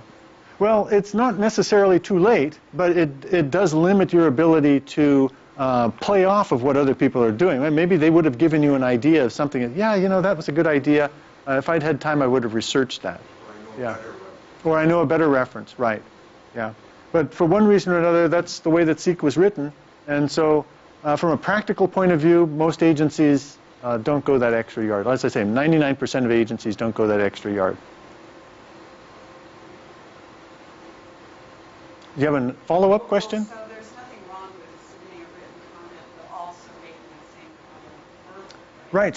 So the question is, there's nothing wrong with submitting a written comment and also providing a verbal comment? No, not at all. Not at all. That's perfectly fine. Yeah, perfectly fine. No problem at all. In fact, that's what, I mean, that makes a lot of sense. Now, if there is a time limit, you know, if you come to the city council meeting or the planning commission meeting and they say, well, everyone is going to, because we have so many people here, we're going to limit you to 2 or 3 minutes, hit the high points. Hit your main points. You know, I've got 5 main points in my written comments and I'm going to be submitting right now, and here they are. So your verbal comments will essentially summarize the written ones that you have. That way, you can provide a full set of comments, even though you have a limited period of time, and you can verbalize what those are by hitting the high points. And you've kind of done both. Other questions or comments on comments? Seeing none? Okay, I think that's, okay, here we go. So commenting at hearings, provide concise testimony. You don't need to be repetitive necessarily, unless you're playing off of somebody else's comments. Maybe they raise a new idea that you have. Yeah, that's right. And that's perfectly fine.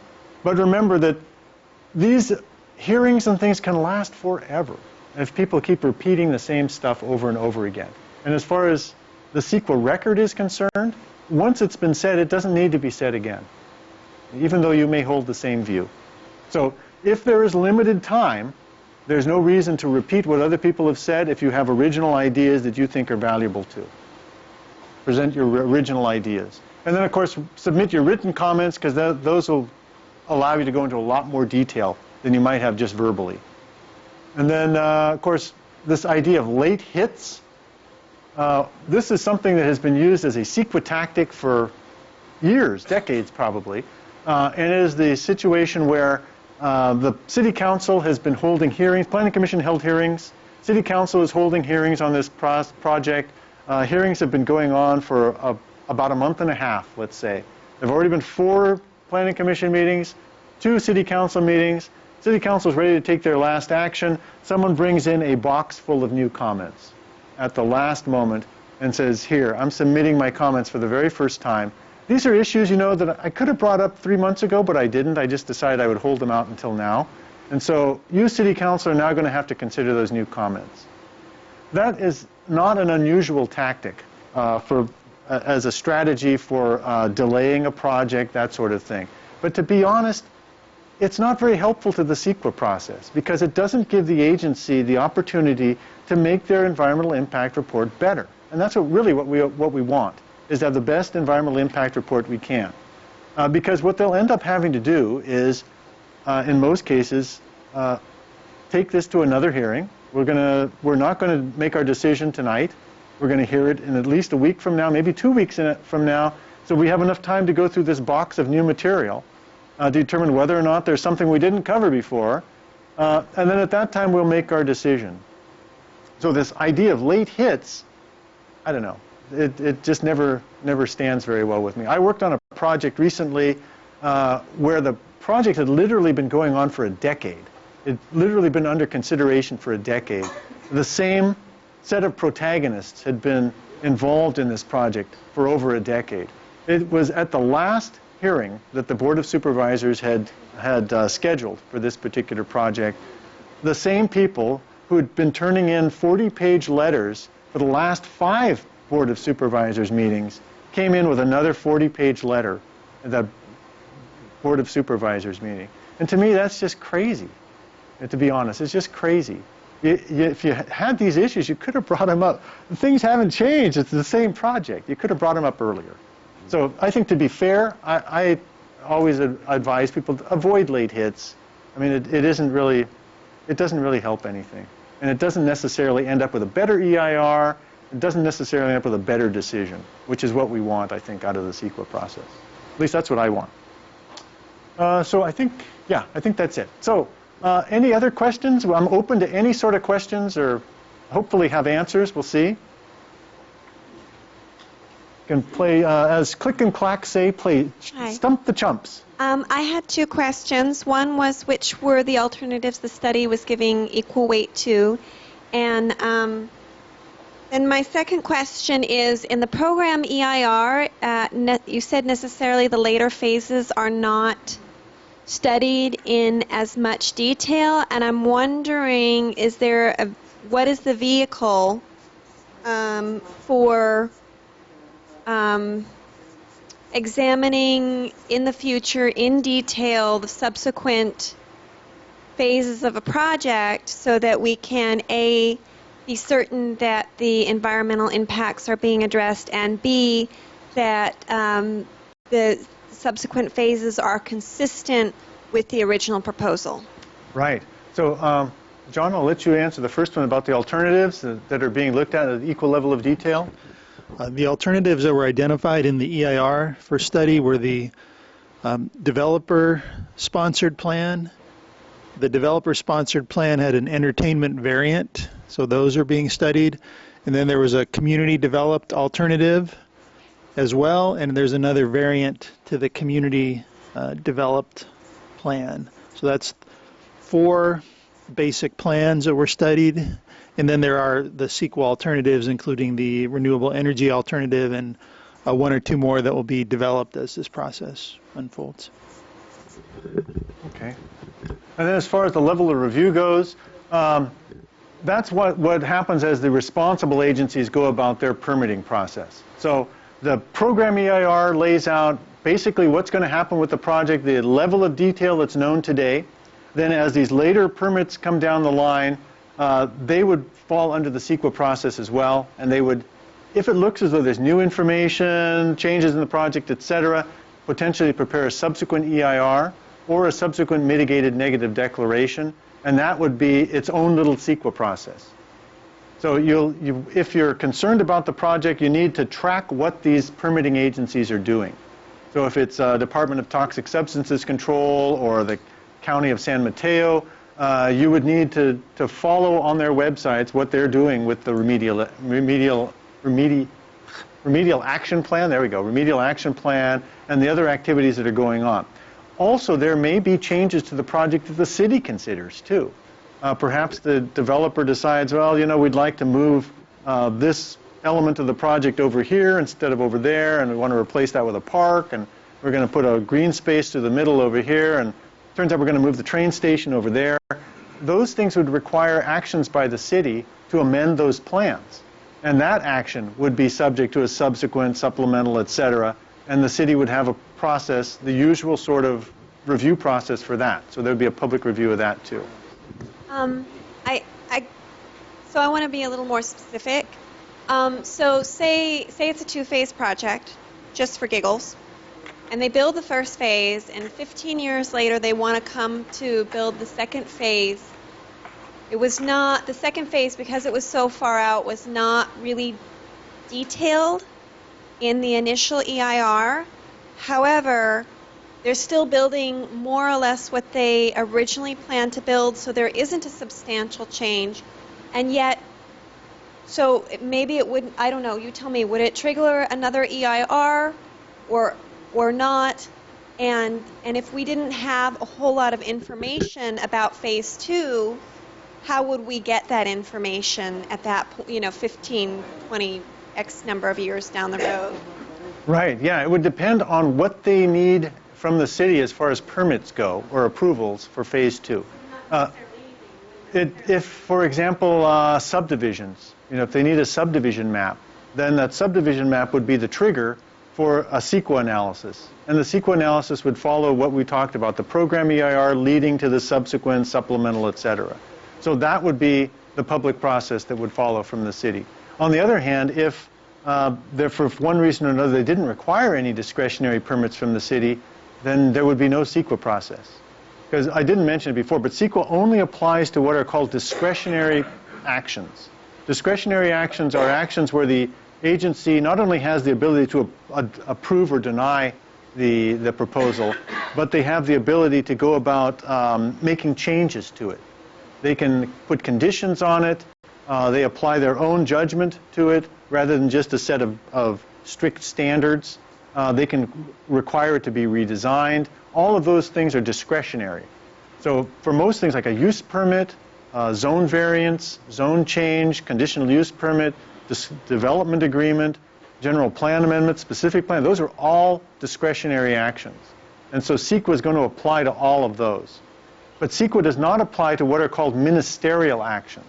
And those are actions where the agency doesn't have any discretion over whether to approve or deny the permit that's being proposed to them. So a dog license is ministerial. Most building permits are ministerial. They simply come in, they show that they've met the building codes, they pay their fee, thing is stamped, and off you go to build your project. So those sorts of things aren't ministerial. Business licenses are generally ministerial. So those sorts of activities wouldn't come under CEQA, never come under CEQA. And so even though they may be occurring out there, there wouldn't be any CEQA process linked to them. So it depends on what the activity is. And if they haven't, if they haven't gotten all of their approvals now, then the chances are that they're going to need at least a subdivision, I would think. If there's some sort of precise plan, I don't know if you have precise plans, if there's a precise plan that applies, there may be a discretionary permit along those lines. So there are probably discretionary permits that may still be out there in the future. Again, if I could just interject, there will be discretionary permits required to implement whatever specific plan gets approved. So right. That will sort of bring those subsequent actions into the environmental process, subsequent environmental process that Terry's discussed.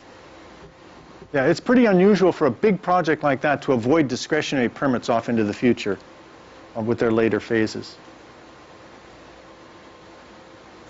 Hi, you were talking about how sometimes the EIR can be recommended by the developer. Oh, did not turn on? Sorry, I have a cold. You were talking about how the developer can actually provide the EIR or start the EIR process and recommend the EIR. In terms of the developer being involved, what mechanisms are used to ensure impartiality? Yeah, so the question is that under SEQRA, technically an agency, a lead agency, can have a developer prepare what is generally called an administrative draft of the environmental impact report. And the question is, what sorts of safeguards are there to ensure that that administrative draft is impartial? And there aren't any safeguards. The safeguards come in when the agency applies its independent judgment to the public review draft EIR.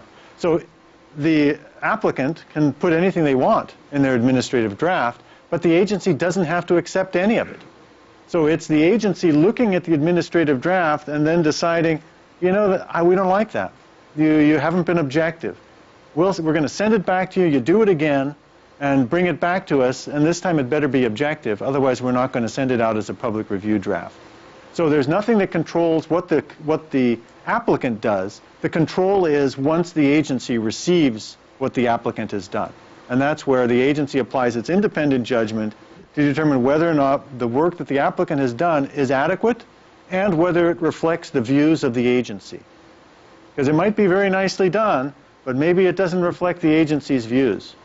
The applicant perhaps has included nothing but their objectives for this project. Project objectives aren't necessarily just those of the applicant. They're the project objectives that the city has for this project as well. And so the city wants to make sure that it's balanced, that it reflects their views, that it's adequate for CEQA, and then once they're satisfied, then they'll let it out. I've talked to a planner down in the southern San Joaquin Valley, very conservative area. They allow developers at times to do their environmental impact reports, but their staff for this particular agency are real sticklers for how CEQA has to be done. And she was telling me, we've given up on this. We don't even allow developers to do this anymore because we got to the point where we were turning back up to 5 administrative drafts. We had one where we sent it back 5 times before they gave us what we wanted. So it shows that the agency is really the gatekeeper. And so no matter what the administrative draft might be that you get from the applicant, that doesn't really mean anything per se. That's not the public review. That doesn't reflect the agency's views or the agency's analysis. It's the public review draft that comes out after the agency is satisfied. That's what reflects what the agency wants to see. And that's the safeguard. Well, and Terry, if I could, again, just in this particular environmental impact report, the city is contracting with an independent consultant to prepare the document. So so in this case, that's not even a question. Yeah, or not an issue. Your question is fine, but it's not an issue. Does that mean that independent contractor is the agency, or is the city council the agency? Who's the agency? The city is the agency. Right. So the city has hired a consultant, environmental consultant. The environmental consultant is preparing the administrative draft EIR. They'll submit that to the city. The city will review it. When the city feels comfortable with that, then they will release it as their public draft for review. So we get it all on the video. Okay. So I want to ask a specific question about that, and maybe this is for a lawyer, but perhaps you can help from past experience anyway. So supposing the applicant wants to put something in that's not part of the city general plan, like public housing, for example, residential housing, I mean. Would that be rejected as part of the EIR, or would it be left in as part of the EIR and then either rejected or accepted by the city council later, or how does that process work? Yeah, good question. Yeah, as I mentioned before, there are actually 2 different processes that are occurring here. One is the deliberations, the considerations of the project, and then one is the analysis and disclosure of what the project's impacts might be. So the EIR isn't going to approve or deny what would necessarily require a general plan amendment before it could go forward. But it will identify that as being an issue. It will say, you know, there's inconsistencies here between what's being proposed and the city general plan. Those could be reconciled through this other process by the city considering a general plan amendment that would allow that use. Follow up? Right, so it's clear enough that if the EIR says that residential housing is okay and it's not in the general plan, then the city can amend the general plan. But if the EIR says, hey, there's no problem with residential housing, and the city says, well, it's not part of the general plan because we don't agree with that finding, then does the EIR then form like a legal basis for them to claim that, you know, the general plan is not reasonable, or, you know, is it a risk for a lawsuit? No, not at all. Because the general plan is adopted under the zoning law, and so it has its own authority. SEQRA is simply there as a disclosure, simply there as an analysis, but adoption of the general plan, adoption of the zoning ordinance, the specific plans that relate to the general plan, all that's governed by California planning and zoning law, whereas SEQRA is under the California Environmental Quality Act, kind of often a different law in the Public Resources Code. So not really, they don't really relate that way. The SEQRA document, typically what it will do is it will have a section that talks about consistency of the project with the existing general plan. And so if there is an inconsistency, that will probably come forth in that particular section of the EIR. So it won't, and it doesn't provide any basis for someone to argue, well, yeah, the EIR said it was okay, we ought to be able to do it. No, it's still up to the City Council as to whether or not they want to do that. I'd like to get back to the environment affecting the project. I'd like some more information on that. So say just hypothetically, the state or the government says that they are disbanding or they're not going to allow something that is in the project because of the environment, then that can be taken to court and challenged? I'm not sure I understand. Could you rephrase? Well, say the government says, either the state or the government says that the environment has to be, we have to take care of the environment. Just hypothetical, the erosion on the the erosion is such that we don't want any more building on X and X because the water levels are too high, and then the project's there. That would be an environment affecting a project, or would that just be a state law that would disband the project? Right, yeah, it would be a state law, and it's a complex area.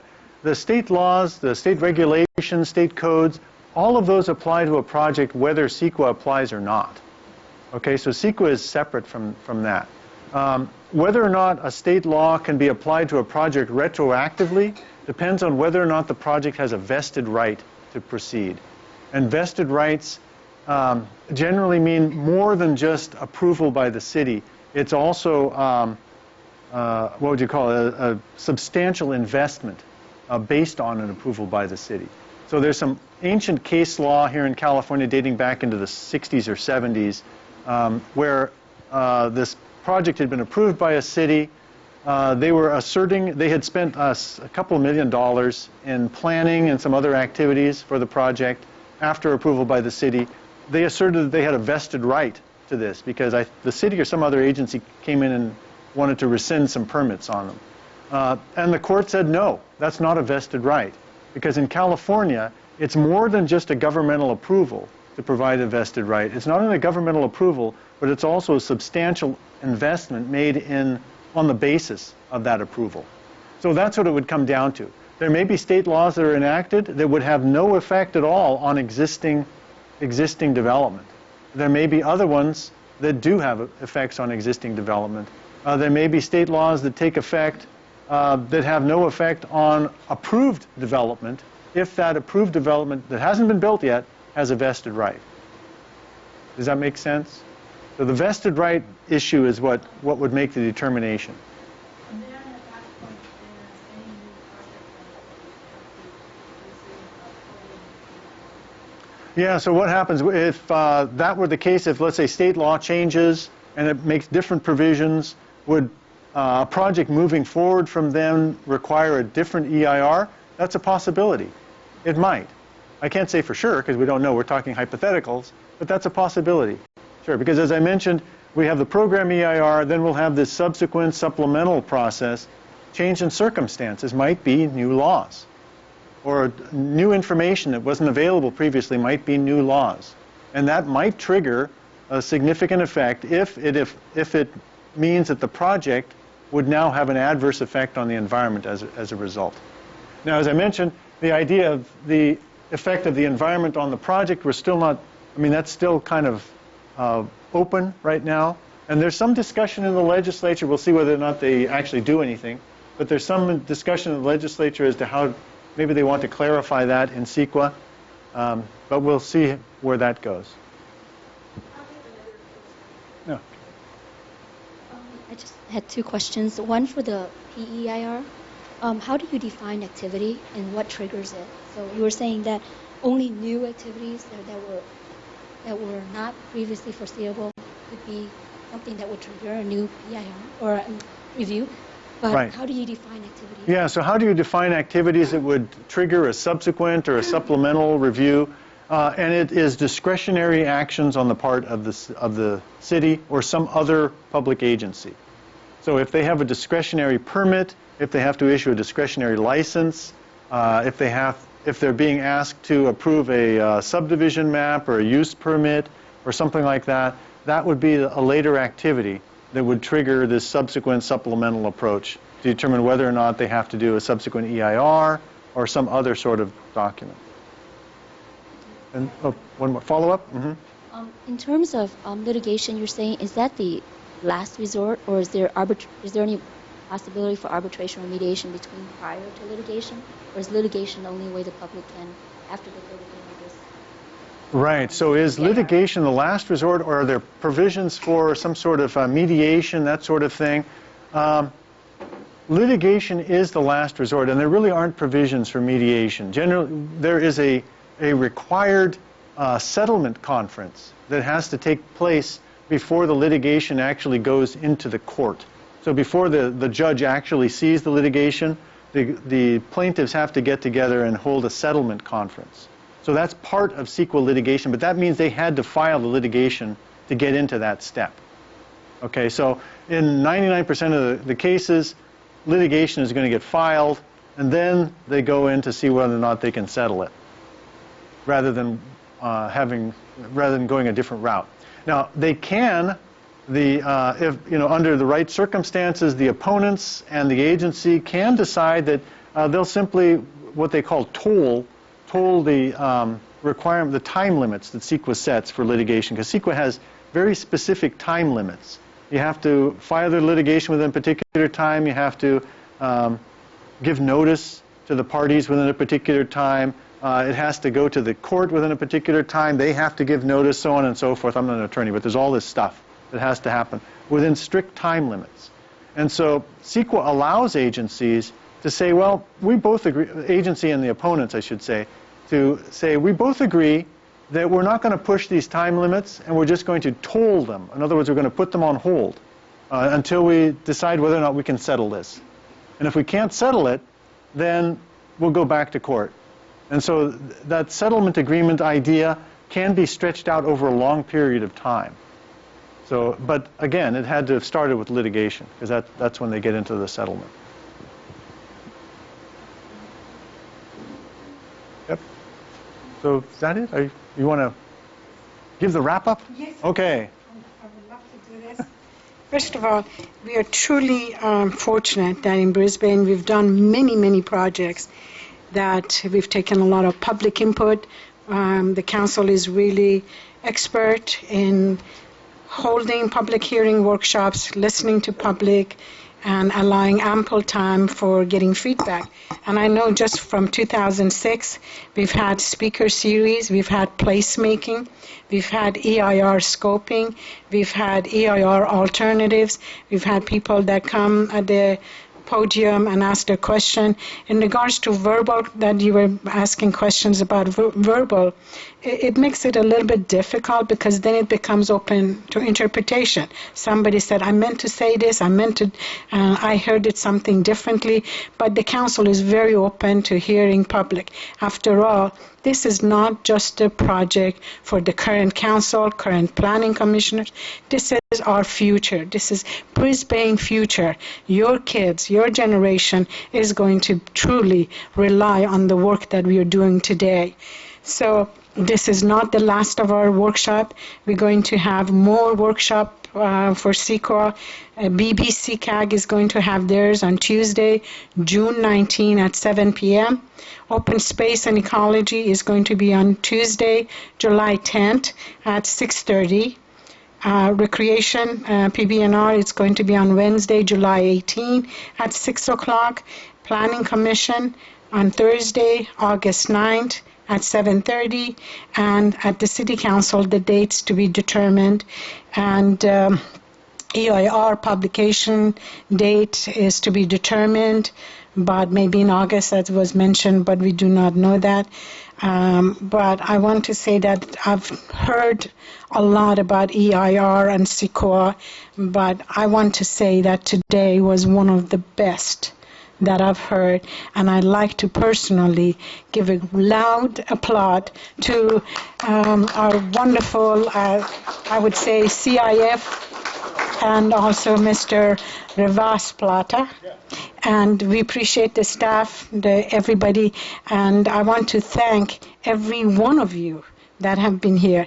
I see planning commissioners, I see PBNR commissioners, I see our representative to San Mateo County Mosquito Abatement, I see open space ecology, I see even, today was a gorgeous day to be out there, but you chose to be here, and I know many of you are watching this. I know one person that is really having major back problem, but is here. The staff, I know it's out of your passion. I know you want to make a difference, and I love you for it. We have a child that is sitting here, has not even made a beep, but allowed the parents to sit here and listen to this, and I'm really proud of that. If there is, by the way, there is a booklet that are wonderful. Technical Director Terry Rivas Plata and ICF International has prepared. This document is going to be placed at the City Hall, at the library, and later on it's going to be on our computer, on our website, available for download. And this presentation today is also going to be later on posted on our website for those that are not here and were not here to listen. So excellent job. I really appreciate that. Great questions, and I have no doubt we are going to have so many wonderful exchange of information at these workshops and hearings. And with that, I want to thank you. It's a gorgeous day.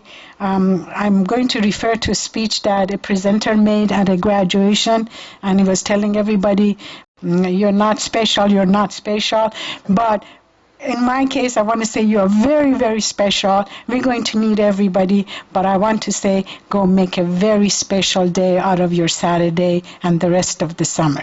I love you all, and thank you for being here. Thank you very much.